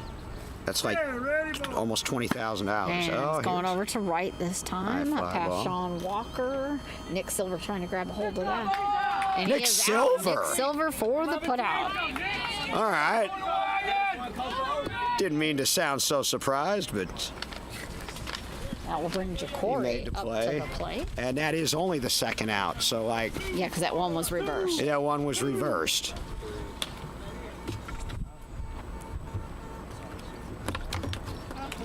Well, there's more water. I lost a cap a long time ago, and I've spilled my water for the second time. So, and there ain't nobody at this facility that's going to give me mouth-to-mouth if I fall out, so I got to stay on my feet in my chair. Oh, thank you. Now I've got a new water, so I can hopefully not spill this one. Still adjusting first base.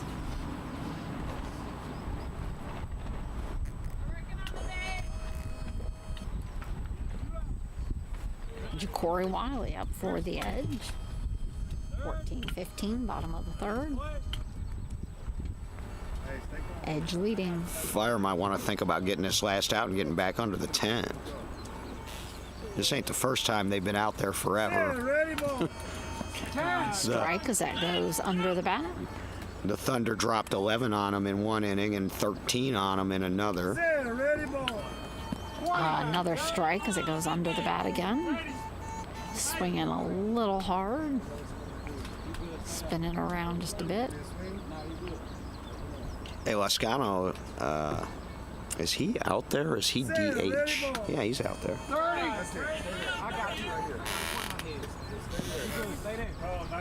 No, Sean Walker he is in isn't. for him. Okay, Walker is, oh wow.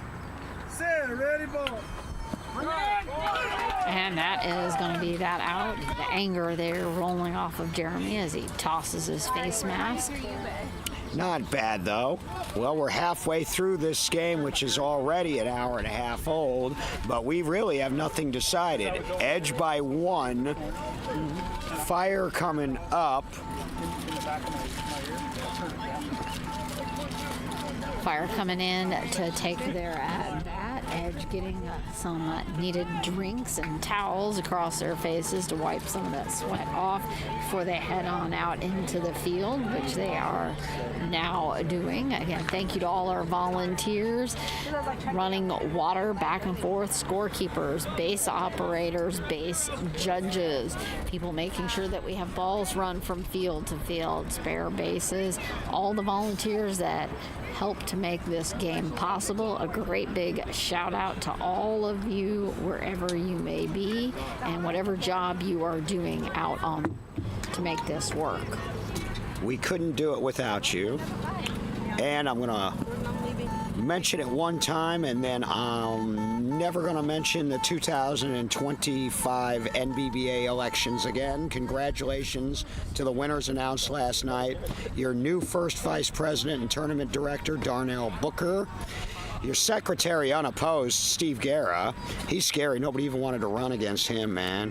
Or maybe there's just nobody else that can do that job. I know I can't. Board of directors, we had 5 of them up for election. Darren Keepers wins a second term. Christina Smurs from the Comets wins a second term. David Smith from the Indy Thunder for now, but hopefully it'll be maybe San Antonio Jets again down the road. He wins a second term. And then first term elected board members, Bree Taylor from the Austin Blackhawks in Sports Vision 2020, good for her. And David Sanchez, a.k.a. Sanchez of the Boston Renegades, and maybe soon of a team from Puerto Rico. I forget what he said that their team name is down there, but they're trying to build something in PR. Well, they have had a couple players come up from Puerto Rico and play on. I know at least Bayou City Heat has had at least one of those players, and I think another team did as well. Including a female with an excellent swing we saw in the Wool game on Monday. Swing. Once she gets it down, consistency, and has herself a pitcher, she could be another Kalari maybe. She's going to be a powerhouse, that is for sure. And when I think of powerful Wool hitters in this league, Kalari's the first one that comes to mind. When you think of speed, of course, Hillary. I also think of Faith Penn as a power hitter. Yep, she can poke it, but I think that this slate, and I wish she's got she's got several surnames, so I can't remember her name, but I think she's in a different league once she gets the hang of it. I shouldn't leave Dakota Hogwood from the Philly Fire out, too. She can poke it a little bit, too. Set, ready, pitch. And high pop-up going to be short, right? Let's see if that stays fair. It looks like it is. Ja'Cory coming up on top of that, but he is safe. Oh, it's been a Ja'Cory. Wow, and, Back to another tie game, 15-15, top of the fourth. Yeah, Philly's not going anywhere. They're in it for the 15 rounds, and I'm going to say 15 because this doesn't feel like a 12er right now. Oh, my goodness. And Ja'Cory, that's a play. He can make that. It was almost that corner coffin there. It was up tight. Yeah, he can make that on any given day, but on a Friday afternoon. World Series playing all week, playing all day. And the Edge were deeper earlier in the week, there's been issues with, I'm surprised I don't see it. Speaking of young guys, Caleb Wright, but it sounds like he's been struggling at the plate a little bit. So they don't have Caleb in here. I'm not seeing Joe Fleeks in the game. Of course, Erod is out with that knee. Yeah, they are all sitting over there, just none of them are in. So there's going to be Justin Rhines coming up. Again, we are tied again. And maybe some of this is strategic. Do what you have to do to win, but you got to have to win 2 tomorrow. But for somebody, there is no tomorrow.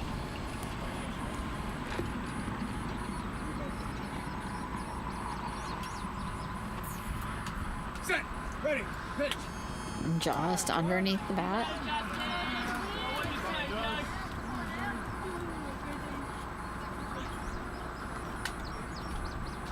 we'll have another 5-minute water break at the end of the fourth, and we will. And it's going to go short and foul on the right. We will have another water break at the end of the fourth, and so we will show some love to our sponsors at that point. They usually have one water break that is optional. Today we have 2 that are mandatory because at least one coach has asked for it. And it also appears that Justin Rhines And the earlier umpire needs it too. So in the game was wearing his orange headband. Now he's wearing his green and purple eye headband. So he has swapped that out at some point. wonder what that represents. Wonder if there's some luck in there. Some. Uh-oh. Short pop up. That's going to Foul. be foul. Pat catching that. Got it off the wrong part of the bat, it sounded like there, I guess. All right, Ryan, they're on every time. Here we go. Justin sighing as he comes back around to the other side of the plate for another bat. And also, after the fourth, I'll confirm with Cassie exactly what the schedule is for Championship Saturday. I know they're moving the Hall of Fame ceremony to the banquet. I wish they wouldn't do that, but And it's going they to be a did. grounder. Nick laying down on it. And Pick it this up. time he's got There a it hold of it, is. and that's going to be an out. Nick Milhern. Yeah, it was room service. He did not have to go very far for that. Just laying down and pulling it up. Mike Coughlin for the Fire.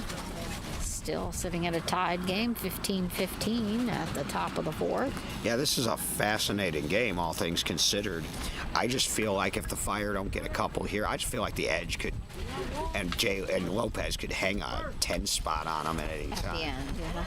I mean, I Finish saw him him off. score 28 against a Thunder defense that maybe isn't as good as it was in their championship years, but it's pretty good.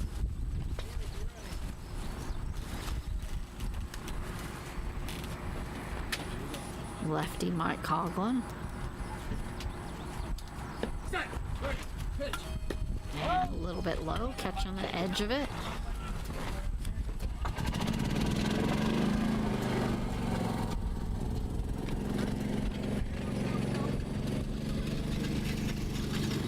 As one of the few golf carts still rolling around this facility. We're the only game in town now. Of course, everything else is wrapped up. And had a bouncing grounder right over to Nick again by his legs, and he's got a hold of that again. Another Nick Milhern. Yeah, I mean, he's not going to miss those. What's bothering him is when you make him move.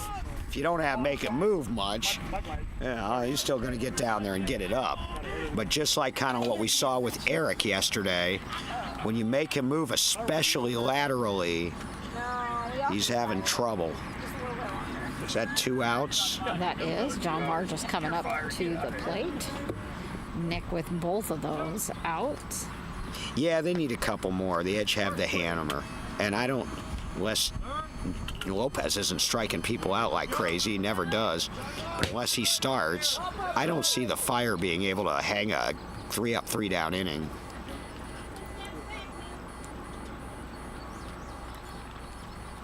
Set. Ready. Pitch. Just over the swing.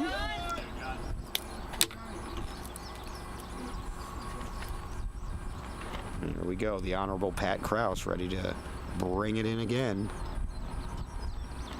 Set. Ready. Pitch.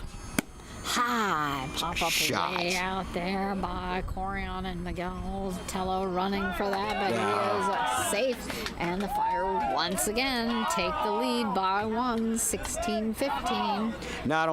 Not even Tello's getting that, man. So that breaks the deadlock. Fire back on top.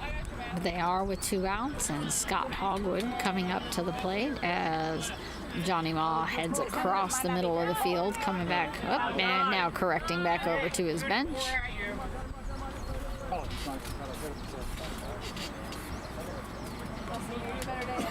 And that heat has now sun poked back out from around that cloud that it was briefly playing peekaboo in, and now out to.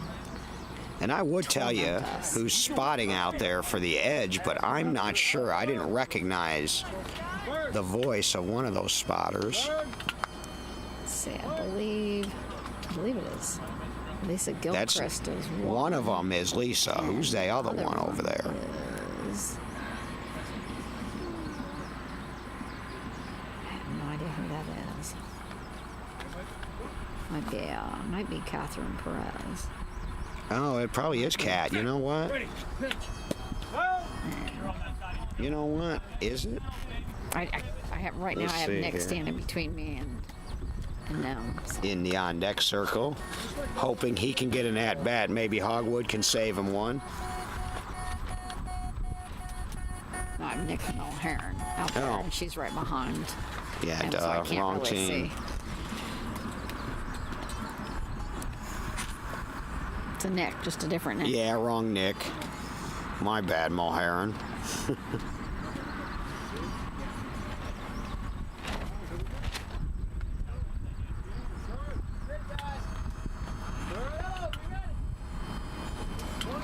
Although who's in the on-deck circle? That is Nick Silver. Okay, Yes. so I was inadvertently correct. Set. Ready. Pitch. And popping it off into short left center. Nick trying to go after that, and he's got it. He did get in place. Nick Mulhern, all 3 outs for that inning. For the edge, hat trick for him as he brings the rest of the team in, and we move to the bottom of the 4th. Fire leading by 1, 16-15 game. Yes, sir. 16-15 as we go to the bottom of the 4th. Okay, so it's not mandated. They're going to ask again. So they took it in the 2nd, but he's going to ask again if either coach wants it in the after 4. I suspect the Fire will take it. Oh, no, it's Mike Malloy. No. They're spotting. No, that's No. not Mike Malloy. They're wearing Mark. Mike Malloy. No, Mike Malloy's a blind dude. They're wearing his jersey. Yeah. All right, somebody wearing Mike Malloy. Somebody who's swimming in his jersey. I wonder if is that It's Reese not Cat. maybe? It's not Cat. No, that's not Cat. That's Yeah, a it's dude, definitely right? not. No, it is a Oh, girl it's a girl. Set the tone, Nick. Wearing a wearing just wearing a Mike's- dude's jersey. Wearing Mike's Wearing jersey. Mike's jersey.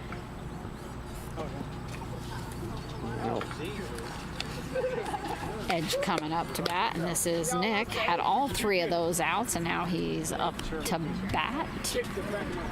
Bottom of the 4th. They trail the Fire by 1 as the Fire out in the field sounding off to rejuvenate with that 1-run lead.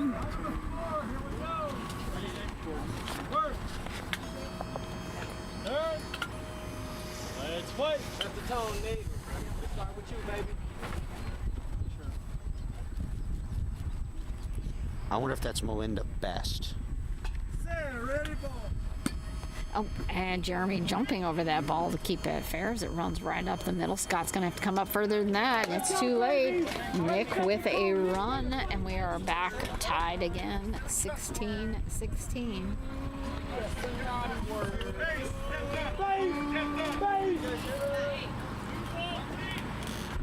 They're having a little fun with all of a sudden in the middle of this week they really tightened up the restrictions on language on the field to the point where we had 2 different high-profile players get kicked out of 2 different games yesterday for some magic words. Magic being And used then loosely. One that certainly maybe could have today because it sounded a lot like, and I think that was a play on words. I think that it was P-I-T-C-H, but it didn't come off that way, and the ump left it alone. But it's been interesting to say the least.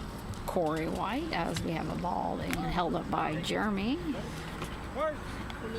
And Come on, our Corey. Sun Go- behind the cloud again. Go yard. I mean, if we're going to be out here doing this and bringing these games and no Cardinal game tonight, come on, Corey. They're reholding the ball Lose up, one. asking for a new one. That is Maybe they're saving it for tomorrow. Maybe we'll see it. Maybe we'll see a long ball tomorrow. In the championship game, that would be great. That's the cream of the crop right there. There was not one last year in the championship game, nor was there one in 23. Yeah, the last one would have been, the last two would have been both Justin Holland. We had two of them in the same game, which is crazy. Set the tone, Corey. Start with Corey with a slow exhale. And not even Corey's done that. He's done a lot of things. He hasn't hit two in a game. It's one strike.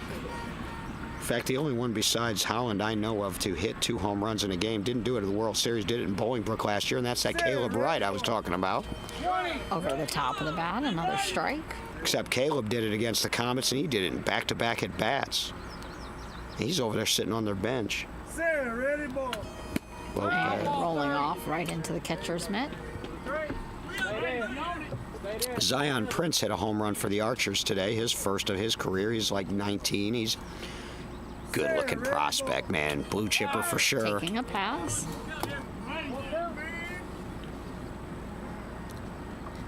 So that would be 4 home runs on the week now.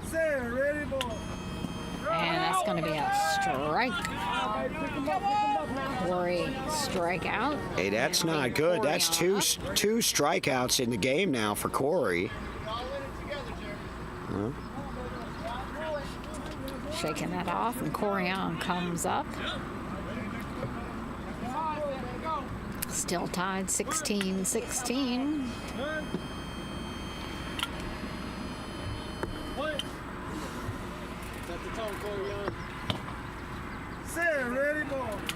And going foul, rolling and twisting off the top of the bat.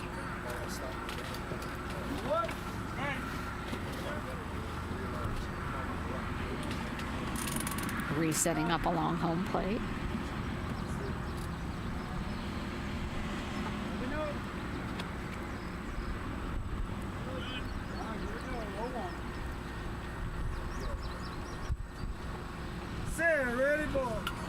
And a nice pop up in mid left as they're scrambling for that. And that's going to be a run as Edge now retakes the lead by 1. It's just kind of a back and forth trading quips with the Edge and the Fire, and Grant Simpson standing on the center of home plate. Corian walking up very slowly from third. Set the tone, Grant, and start with you, baby. Conserving every drop of energy. And I just got a notification from the ballpark in St. Louis just teasing us about everything great that's going on tonight that we'll never see. Yeah. I'll show you after the game. That's unbelievable. Thanks a lot. Nice grounder right to Mike Coughlin. He's laying down, it's at his chest, and he's got it, and that is an out for Mike Coughlin. And Jeremy asking for a new ball. Yeah, so guys, in case you're listening back at the hotel or somewhere around St. Louis and you were planning to go to the Cardinals game, I'm going to correct what I said earlier. That's not 7. You get there at 7, you'll get there in like the 3rd inning. That's a 6:15 start for those of you that are going. And they just brought it to us. Brandon Chesser stepping up to the plate. After that out from Mike Coughlin. Well, now we're using, wow, it seems like we're using recycled balls here. 4. Sorry. As A couple of these that we just brought. Blue calls for some new balls because the ones that they just brought over aren't game worthy. You know, we could use donations, of course, but we could also, if anybody wants to join the ranks of producers of beat baseballs, Greatly appreciated. because here's the thing. If we don't resolve the equipment issue, we're not going to have a game to play. Play And without any balls.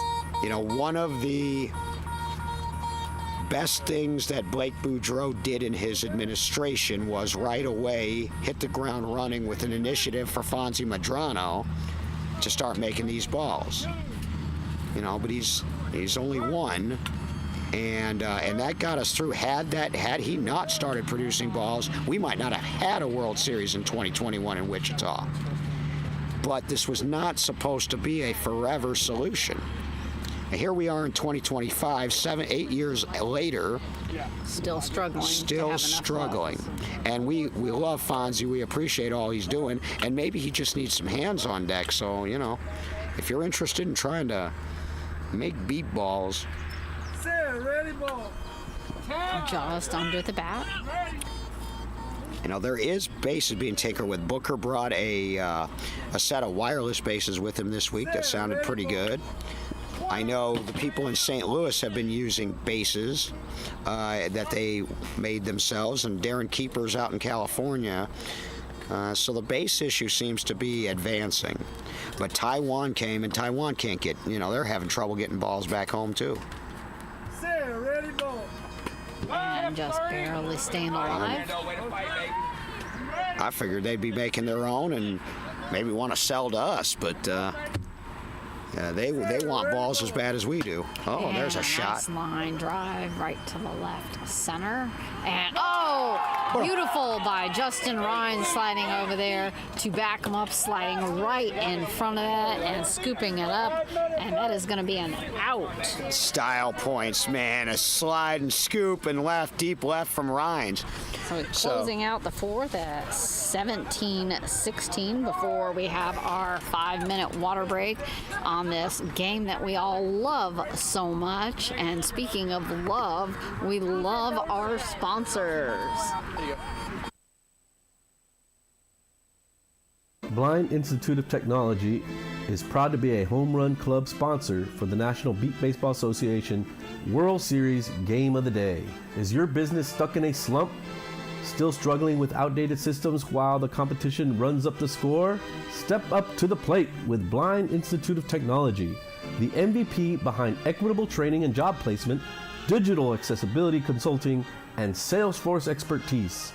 Through their federally registered apprenticeship program, BIT trains and places professionals with disabilities into high-impact Salesforce and digital accessibility roles, helping businesses build a stronger team, more accessible systems, and a culture that wins. Visit blindit.org and let's build a better lineup together. Vision Corps is proud to be a home run club sponsor for the National Beat Baseball Association World Series Game of the Day. Vision Corps hires with the belief that vision loss shouldn't be a barrier to personal and economic independence. Join a championship caliber team with Vision Corps. We offer remote and on-site positions with our professional service department. Get started by emailing jobs@visioncorps.net. Austin Lighthouse is proud to be a fan club sponsor for the National Beat Baseball Association World Series Game of the Day. Stepping up to the plate for Texans. For 50 years, Austin Lighthouse has been the MVP for Texans who are blind or visually impaired, helping them step up to the plate and build careers, develop skills, and live independently. With over 50% of our workforce being blind or visually impaired, we're proving that with the right coaching and teamwork, everyone can knock it out of the park. From job training, our spring training for success, to assistive technology, the high-tech gear that levels the playing field, Austin Lighthouse is all about creating opportunities and access because everyone deserves a fair shot at the big leagues. Every donation is like a walk-off hit, providing tools, training, and hope to those who need it most. Visit austinlighthouse.org to learn more. So from them sponsors, we love to have you and helping us to make this Beat Ball World Series possible. We are still sitting at getting ready to go into the top of the fifth as we take a water break to keep our players safe while they play. And speaking of players, DB, you used to play. How did you get started in this whole thing? I did. So I grew up in the suburbs of Chicago, and I was a wrestler in the public school that I attended in high school. Somebody involved with, at that time, they were called the Fast Star Comets, after a sponsor that they had, later to become the Chicago Comets. I got a call from Dave Smoka and a good man who's no longer with us, former NBBA president Joe Wood. And this was in the summer of '98. They talked to me about beat ball. I was very busy that summer, and it didn't sound fun at the time, even though I loved baseball, because the only beat ball that I knew was, the grade school beat ball, which was off a tee, and I wasn't wanting any part of that. So I didn't do it in '98. They called me back and tried again in 1999, along with another man by the name of Mike the Hoodlum McGlashan, and that worked. Got me out for a practice. Josh Perry, who was at that time pitching for the Comets, at that time his dad, Steve Perry, was alive. They lived just a couple towns over in the suburbs, so he used to have me over in his backyard, and he would pitch to me and his dad, who was an older player by then, didn't play much, but it was batting practice. Started going to practice, went to the World Series that year, wasn't very good. They gave me a beat ball. They were more plentiful back then. I was 16. They gave me a ball and said, go home and work this off season with it. Came back in 2000. I knew I had to get better if I wanted to go to Taiwan with the team, because we were only taking so many. It's expensive. So I guess I got better, because they took me to Taiwan. I was an all-star, and the rest, as they say, is history. So I owe some folks in Chicago, Dave Smolka, the late Joe Wood, Mike the Hoodlum McGlashan, the Perry family. I have no idea. Oh, man, the late, great Rick Casillas was part of that. Nick Lopez was part of that. Jan Trapphagen was part of that. She was Cassie's predecessor as tournament director for a long time. And I stayed with it ever since. And now, as I feel like I'm sort of maybe reaching the end, or at least a crossroads, it is nice to reminisce. So I appreciate that question. I've beat baseball. I probably wouldn't have heard of Newton, Illinois, if it wasn't for beat baseball, because that's where Jared Woodard and all the Woodards lived. I moved up there just to be closer to my pitcher in 2009, and right out of school, and now I've got a home, a business, a reputation, and my roots now are in Newton, Illinois, where I'd never been until I was about 23 years old. So you never know where beat baseball can lead. And I don't think you're ever truly out of beat baseball, whether you're playing or not. All these volunteers and positions, or sitting behind a microphone like this, it truly is a family event, and that's one of the things that draws me most to it. I mean, I absolutely am a diehard sports fan. I love sports, played sports, and I wish that we would have found this when my kids were younger and could have played, but it really is a memorable thing to see people and families all in this for the long haul. Well, and if you ever do truly get out of it, you can always tune into a live stream when you get a chance, or when the missus lets you, or when work responsibilities let you, and stay in it that way as a fan, a spectator. If you can make it out and volunteer. I was operating bases the first game this morning because they needed a base operator. So, we're all trying to pitch in and do what we can. You can always find something to do. You just want to come on out and watch. You might find a little fun in running bases, or running and just seeing what all is going on out here. But what's going on on right now is we're getting ready to head to the top of the fifth with Nick Silver of the Philly Fire up at the plate.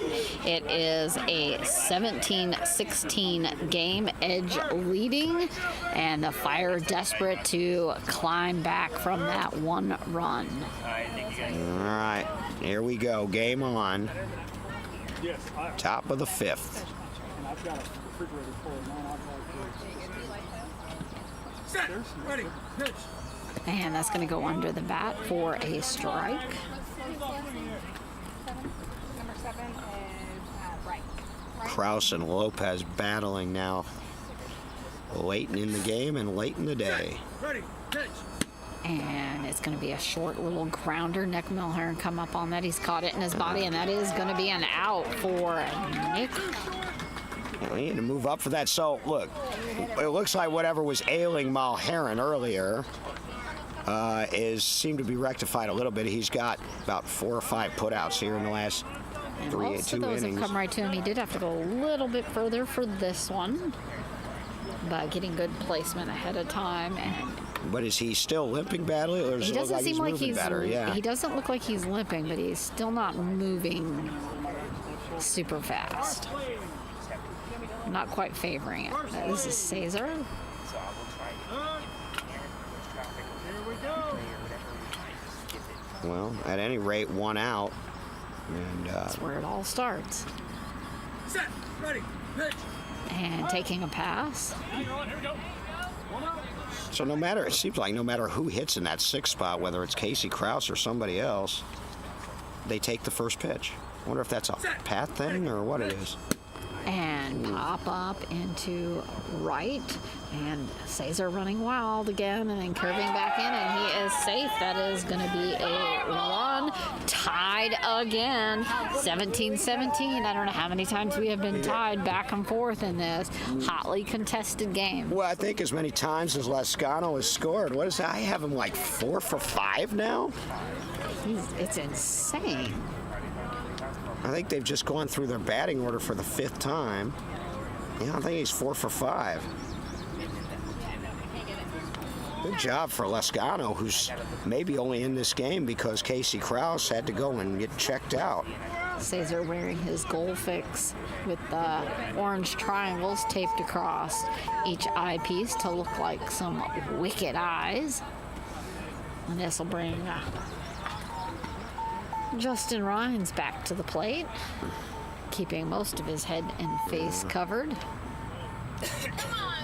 I almost brought a tear to my eye asking him, making me think about looking back on my career. Started with the Comets, went to the Indy Thunder when I started college, when they were in their infancy. I mean, that was when it was Ron Brown, myself, Booker, and James Michaels peddling raffle tickets at spaghetti suppers and stuff, just to be able to get to the World Series. Spent some time with a team called the RHI Extreme, back to the Comets, and then on to San Antonio to finish up with the Jets. I was privileged enough to be on the charter jet team. 2016, we took 5th, 4th and 17, 3rd and 18th, and then runner-up in 19. Then the pandemic happened, and I called it a playing career. Foul dropping straight down. Did the Indy Thunder public relations on their Drive for 5 in 2021, one of my favorite experiences. And then I've been doing the league stuff ever since. They inducted me into the Hall of Fame in 2024. Finally let me in. 2023. It was in Norman. Doesn't seem that long ago, but Neil McDonald and myself were the only 2 that were inducted that year in that class. There were a couple others that were recognized who weren't in Beaumont the year before, but it was just Neil and I. And Neil almost got this game today. I was going to give him a shot at color commentary, but the Lord fixed my voice just in time. Set.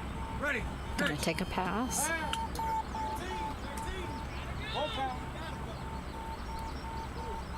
So it's been great. The whole thing's been great. Now, I wouldn't trade it for anything, but Ready. Pitch. Bouncing grounder to the left. Nick going over there to get in front of it. It's just past his fingertips, and he is going to be safe. Fire Fire now taking the lead by 1 again, 18-17. Corey coming over there to back up Nick, but not in time. And this brings Mike Coughlin, lefty, back up to the plate again. Punch, counter punch, punch, counter punch. Philly Fire fighting off the ropes. This is the short cut. And now they're back on top. But they need to store up some nuts here for the 6th inning because the Edge have the last at bats. I wouldn't want to go into the bottom of the 6th if I'm Philly with anything less than a 5-run lead. Really. Mike Coughlin. Winner faces the Thunder tomorrow. They'll have to beat them twice. Good luck. Thunder are on a mission. They did not like being off of the championship. No. Ready. Pitch. And a bouncing grounder over into right, over to Ja'Cory Wiley through his legs as he runs for first. Ja'Cory scrambling back for it. It's just out of reach, and that's going to be another run for Mike Coughlin. 19-17. He has made most of his runs this game. Ugly. That was ugly. Sorry, Ja'Cory, but that ball's got to be handled. I don't care if you're playing on Friday or on the moon or where you're playing. He had plenty of time. Yeah. And now Lisa. Oh. And now one of the Edge spotters, I almost said Thunder because she used to be. Lisa Gilchrist. She's fired up. This is the wrong field to be fired up on, though, because Mike Woodard won't have any of it. Not going to take any flack. I've never seen well, I don't want to speak too soon. I was going to say I don't think I've ever seen a spotter get tossed. She's gone. Yeah, he's telling her she's off. She's gone. Lisa Gilchrist has been tossed. Now she's... All right.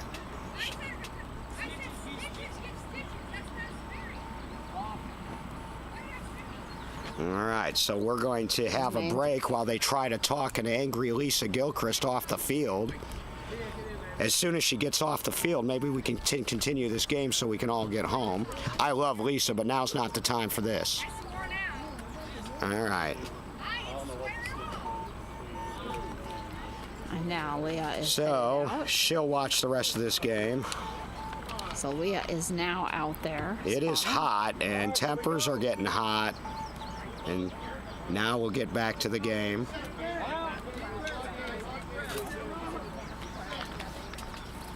John Margist up at the plate. Again, it is 19-17 at the top of the 5th.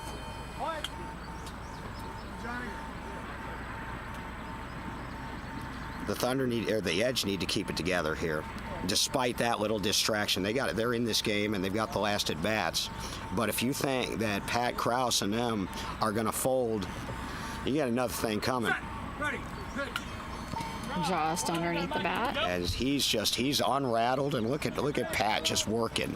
He's only been pitching since I think 2021.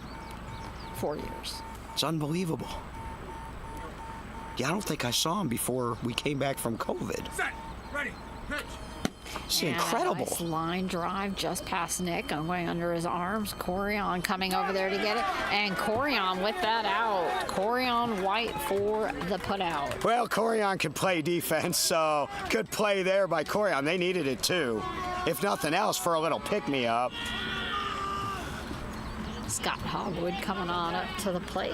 Well, I can say it now that it happened. That's the first time I've ever seen a spotter get tossed. She wasn't evicted. He just told her she had to leave the field. I'm not sure if that's going to count as an eviction or not. No, it is. It Okay. is. Then They're she in wouldn't be able to they're go in out the there field tomorrow. right now. He threw her out, dude. And when he tells you you're out, you get off the field, that doesn't mean just to go and get some water. She's gone. And that means she's not spotting tomorrow either. And that is tough. Now, that applies to players, and I wonder if it applies to field competitors like pitchers, catchers, and... I would assume any player. Yeah, because, well, I've seen one pitcher get ejected, and they don't let him pitch the next game. So I would assume that counts. So if they have 2 championship games tomorrow, she could come back for the second, but she has just... Wow. And just barely nicking that. Scott Hogwood with his baseball pants pulled up to just under the knees. Been another interesting day today. We had a team that wasn't allowed to make any substitutions because they didn't turn any in before the game with their roster on accident. They had to play with starters the whole way. On Friday, Archers. that was Gateway, yep. And they lost that game 19-12. But how would you like to be told on Friday with your backs against the wall that you can't use any subs? I mean, whoever turned in the lineup card just didn't bother looking at it, I guess. Taking a pass. And that's unfortunate because that's a really good team.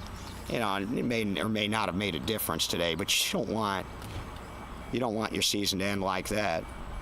And I know, one of my favorite players, Mark Morris, he puts every inch of himself into being the best player he can. And now we're being told, now I'm going to get thrown out here. And I can't broadcast from the parking lot because we don't have a remote mic. So I'm just going to have to lean in. Ready, pitch. Just over the top. That's actually the first time that Mike Woodard has had to tell me. And I didn't think I was that loud. So, if it happens again, maybe Rosino will be doing this solo. I wouldn't do that to you. Just over the top. That is going to be out and bring the Edge in as we head to the bottom of the 5th. Fire leading 19-17. Jeremy already out on the field Jeremy to walk already out. in his players. Back and forth this. If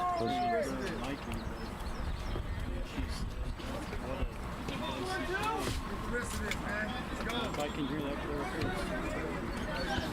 So if a field competitor who's not a player gets ejected, are they subject to having to be out the next game also? I would think so, but that's the Jason Price decision. Was I really carrying that much with the voice, Mike? I didn't think. Yeah, it's hard. Yeah. Oh, I didn't think I was any more than before, but look, I'm trying to. Bottom of the 5th. I'm trying to forget how hot and tired we all are, and. Philly setting up out in the field. Sun is back out from behind the clouds. A little bit earlier, we did have a fertilizer small little rig running up alongside the back of the fields and the cornfield. You know what? We're between innings. I can be loud now. How about them Outlaws? Oh. You can. They finished 8th.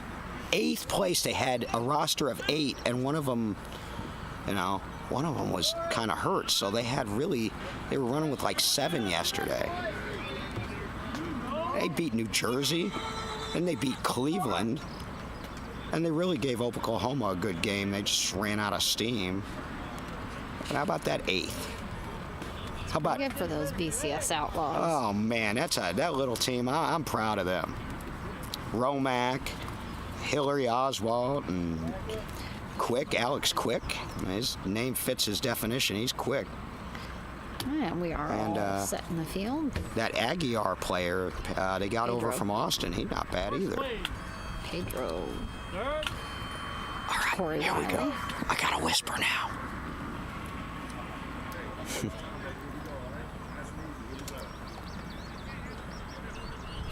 They're asking for the ball held up. Boy, this game might get real interesting. Asking for a new ball. It's getting tense on both sides. So that's. Oh, that one has a little life. For a few minutes. Trying to remember when the last About to time. lose some rosters. 3. Well, yeah, those are. We're going to lose rosters for more reasons than the wind. These are waterlogged. And Corey Wiley ready for the pitch. Sarah, ready, ball. Just underneath the bat. look at this folder. This used to be a good file folder, like the one I'd take to court. Here we go. Center, ready, boy. 20. Just over the top. Ready. Here we go. Center, ready, boy. And a bouncing grounder just past Mike Coughlin's shoulder catching it. Justin Ryan's trying to get to it. No, that is going to be a run for Ja'Cory. Now it's only a 1-run game. 19-18 Fire leading. And Nick Mulhern up to the plate. Too bad because you could hear it hit Coughlin, but bounced away and he couldn't recover. Right off his shoulder and flying back behind third.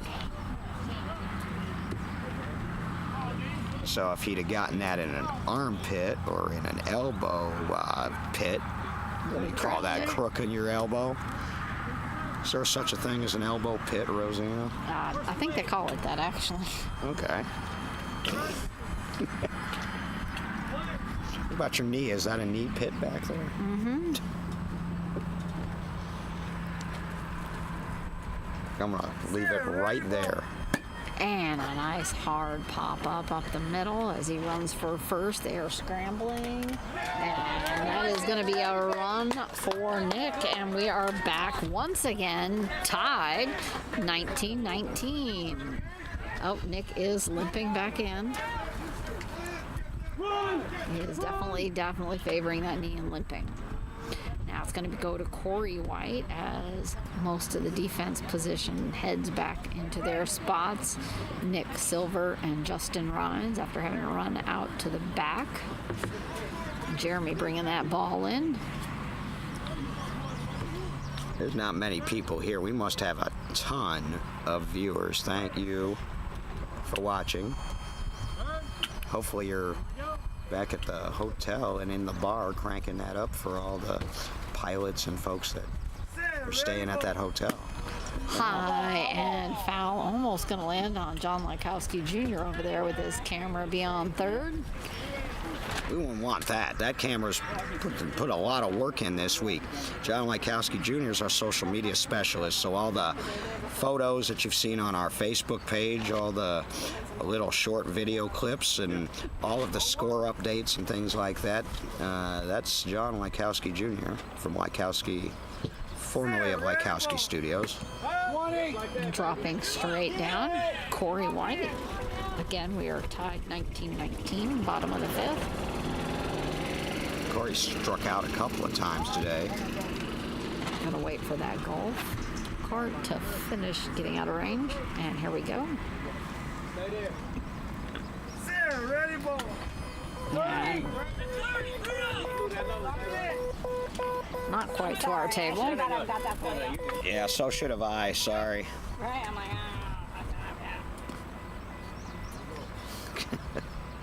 Sarah, ready, ball.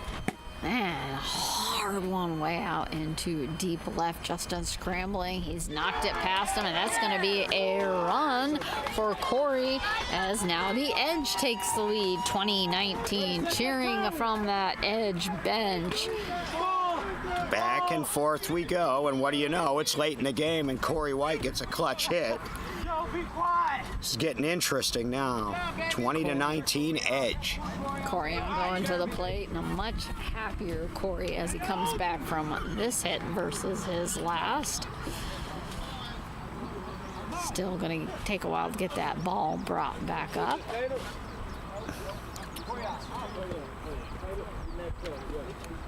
Jeremy now has possession of the ball out next to Mike Coughlin before he's going to walk that up. Mike Coughlin stretching just a little bit. And Kemp lifting up third base. And we're putting that into position. Again, this is Corey on White.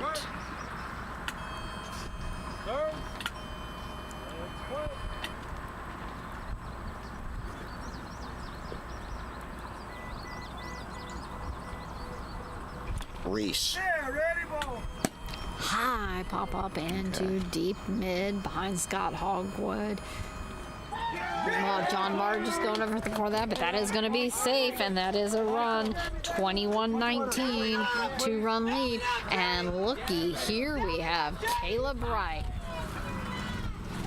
So Caleb must have come in Okay. for Grant. Well, that's Put him into big the there. 4 spot. The White Caleb brothers. Wright. Been talking about how we had not seen him today, but here he is. Jeremy setting up his feet. Oh, they're going to get, so 2, 3, and 4. Is this Caleb? Caleb Wright. Oh, he's coming in for Yeah, Grant. For Grant, yep. All right, so the White brothers deliver, and now we're going to get a look at the kid, the man-child, Caleb Wright. The only player other than Justin Holland to hit 2 home runs in a game. The problem is, sometimes he tries to hit home runs, and he gets inconsistent. I don't know how many times I've told him, 90%. I mean, look how High, straight Strong up he in the is. air and dropping down by Mike Coughlin. He's just got to get to it before Caleb gets to that pace. And he is going to be safe. That is a run for Caleb as he slams his fist into his hands as a oh yeah moment. young legs, Rosina, young legs. White brothers and Caleb, and now the Edge are on top and still batting. Caleb Wright with a quick hug with Jeremy there. All right, I got to correct something before we go any further because I'm getting text messages like crazy about it. That was Reese Hudson that was out there spotting Okay. with Lisa before Lisa was ejected. So Reese, which makes sense, he joined their roster late apparently. Okay, late. Okay. They never even, they Added him as a late addition. gave her, yeah, so he's wearing Malloy's jersey. So sorry, we didn't mean to call Reese a girl. Sorry about that out there, folks. Okay, now Thanks, Kyle Lewis, for straightening us out on that.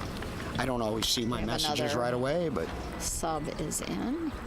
who is this now? This should be this is Elijah Burns is now in the 5 spot. Boogie Burns, yeah, they're putting in all of their youth now. It's going to be another strike. Boogie came up with the Thunder, but he didn't really play much because their roster was so big. This would be about 2021. And a That's nice a line shot. drive. McCoglin stops, goes over his body. They're all. And Justin's got it. Justin Rhines for that put out. Wonderful play. It sailed past McCoglin. It's the second one, Rosina. And Margus lined himself up. It was right into his hands, and he was able to make that before the base touch. Corey Wiley. Second big one he's made. Justin Rhines is keeping him in the game. Sitting still at 22-19. Edge leading by 3.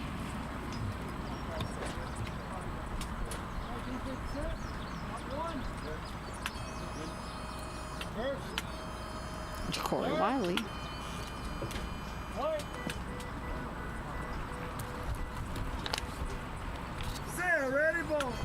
And very low.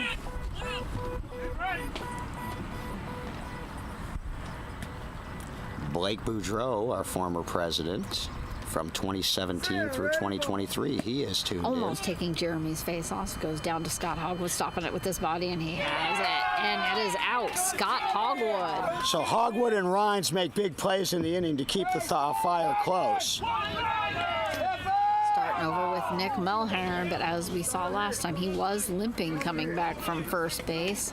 See if he can get that ball in there and enough time to allow himself to get to base. As I was going to say, if Jeremy Lopez, who is now in speed-up mode, if he'll give me enough time to even get a word in edgewise, Boudreau is tuned in, wasn't able to make this World Series for the first time in a long time.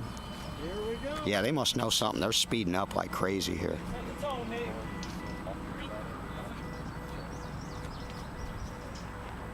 Oh. Pop up into right. Let's see if that stays fair. Barely.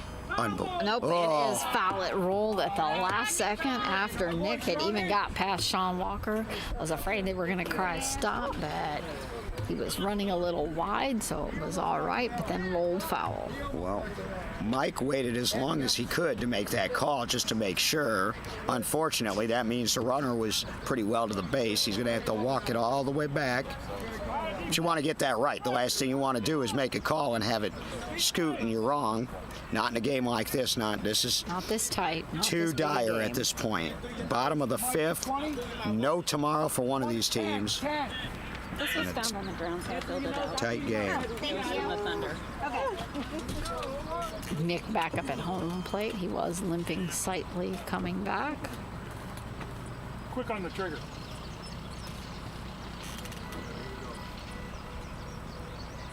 Sarah, ready, ball. 20.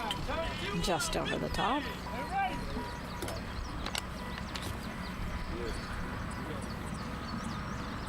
Sarah, ready, ball. Taking that pass. Here we go, baby. Run it, shoot. You ready now, baby? You ready now? We are at the bottom of the 5th. 19-22 edge lead. Sarah, ready, ball.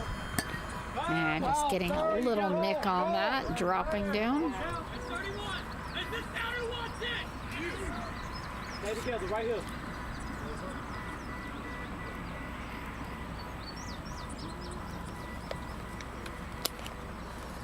Sarah, ready, ball. And a nice line drive over on the left. Justin lining up for that. Got and he's it. got it. Justin Rhines. Justin Rhines, Scott Hogwood, and right back to Justin Rhines for 3 outs, holding the edge at only a 3-run lead as the Philly come in and we head to the top of the 6th. This is it, the Phillies' last chance at bat, and they need to build up a little bit of an addition.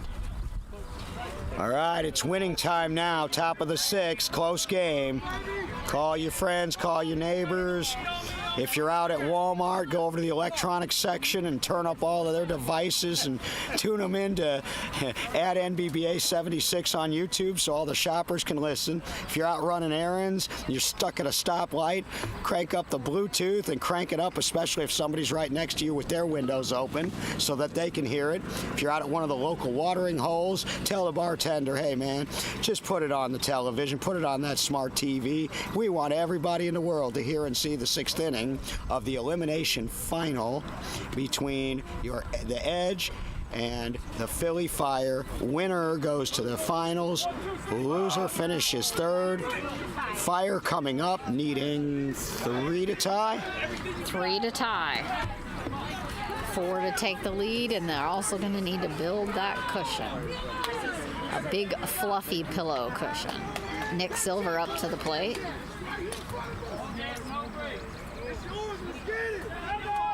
Waiting for the Edge to set up out in the field as they sound out.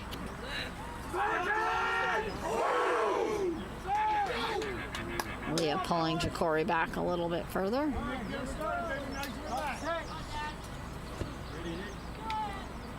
Silver to lead it off. He's scored a couple, he struck out a couple times. He's difficult to put out. He just needs to put it in play somewhere. He can't press.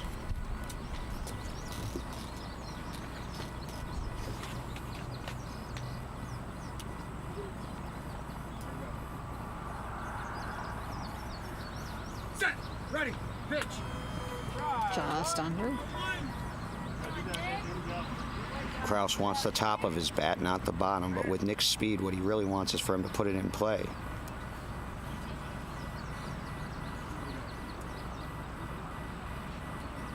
Set, ready, pitch. Just underneath. Sweat pouring off of his blindfold. It'll be 5, 6, and 1 due up. Set, ready, pitch. Taking a pass. So 1 pass ball, 2 strikes. He's got to swing. Set, ready, pitch.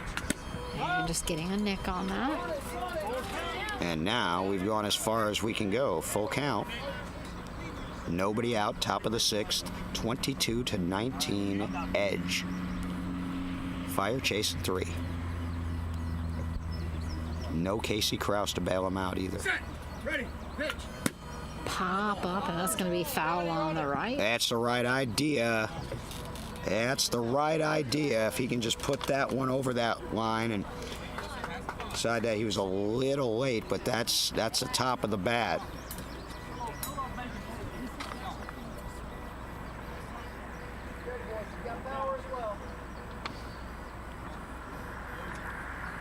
Silver, the St. Louis native. Set. Ready. Pitch. Oh, And that's going to be a strike. the mighty Nick Silver strikes out. 1 out. Strike one. They only have 2 left. Cesar coming up to the plate. Mike Ricardo bringing him in. That's so tough, Rosina, because you can't steal first or third base and beat ball. So when you got speed, it does you no good if you can't get out of the batter's box because you strike out. And that's his 3rd by my count of the game. First, please. Third. Here we go. Is this Lescano?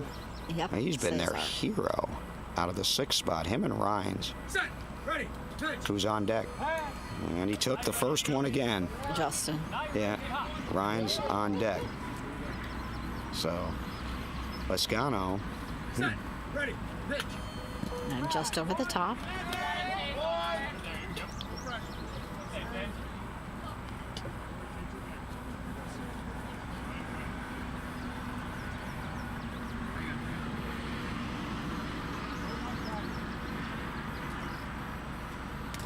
As a car goes by now. We're ready. Set. Ready. Pitch. Short pop up in the center. Just landed. Corey's going to have to go after it. He's Got got him. hold of it, and that's an out. That is 2 outs for the Fire. They only have 1 left to work with, and they trail by 3. Justin Rhines coming up. Champs on the ropes with their best player, at least in this game, coming up. And Margist and Coughlin. Well, Coughlin first and then Margist. This is going to be tough. And if But the you're Edge- not out, man. When you want to beat the champs, what do you got to do? You got to knock them out. Come on, boys. Focus. Come on, Josh. 1 out away from an all-Indy final. That'd be the first time in league history that I know of that 2 teams from the same city met for the championship. It almost happened in Chicago, but I think Austin got in the way of that back in the 90s. I heard something about that. Set. Ready. Pitch. high pop up into left, and that's going to be foul. Oh, that's what they wanted. Back. Runners out. Said runner is out. But the base was off, though. What happened here? Base off, no base. No base. Yeah, the base was off. Foul ball. So, yeah, that's a no base. That's got to be. It can't end like that, no. Yeah, he turned it off early. They turned the base off before I got there anyway. I thought he called foul. Boy, that's interesting right there. The base operator thought they called foul. Pat Krause, he's saying called foul. No, it's because the coach called foul. The coach called foul. Pitch. Pat called it. Wow, that's a good.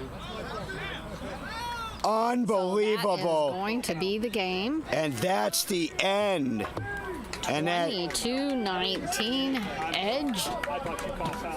unbelievable. I don't know that I've ever seen a game end that way. The Philly Fire's championship run is over.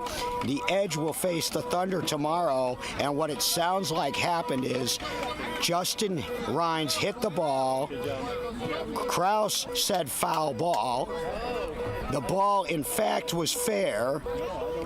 And it was picked up, and even though there was no base by that point, because everything had stopped, pitchers, got to be careful when they do that. You see some of them do it. I've never seen a game end that way, but either way, in a sort of unreal, melodramatic fashion. I hate to see that. We've seen a bunch of things today that, frankly, shouldn't happen in games of this caliber. And so I think we need to rethink some things as far as how we allow or don't allow things to be fixed. But at any rate, that's the final. I'm sorry it had to end that way. Philly Fire out on a technicality there. 22-19 the final. Edge and Thunder will play tomorrow. I believe the game time is 9:30, but I'm going to get the official word and then we will post an update.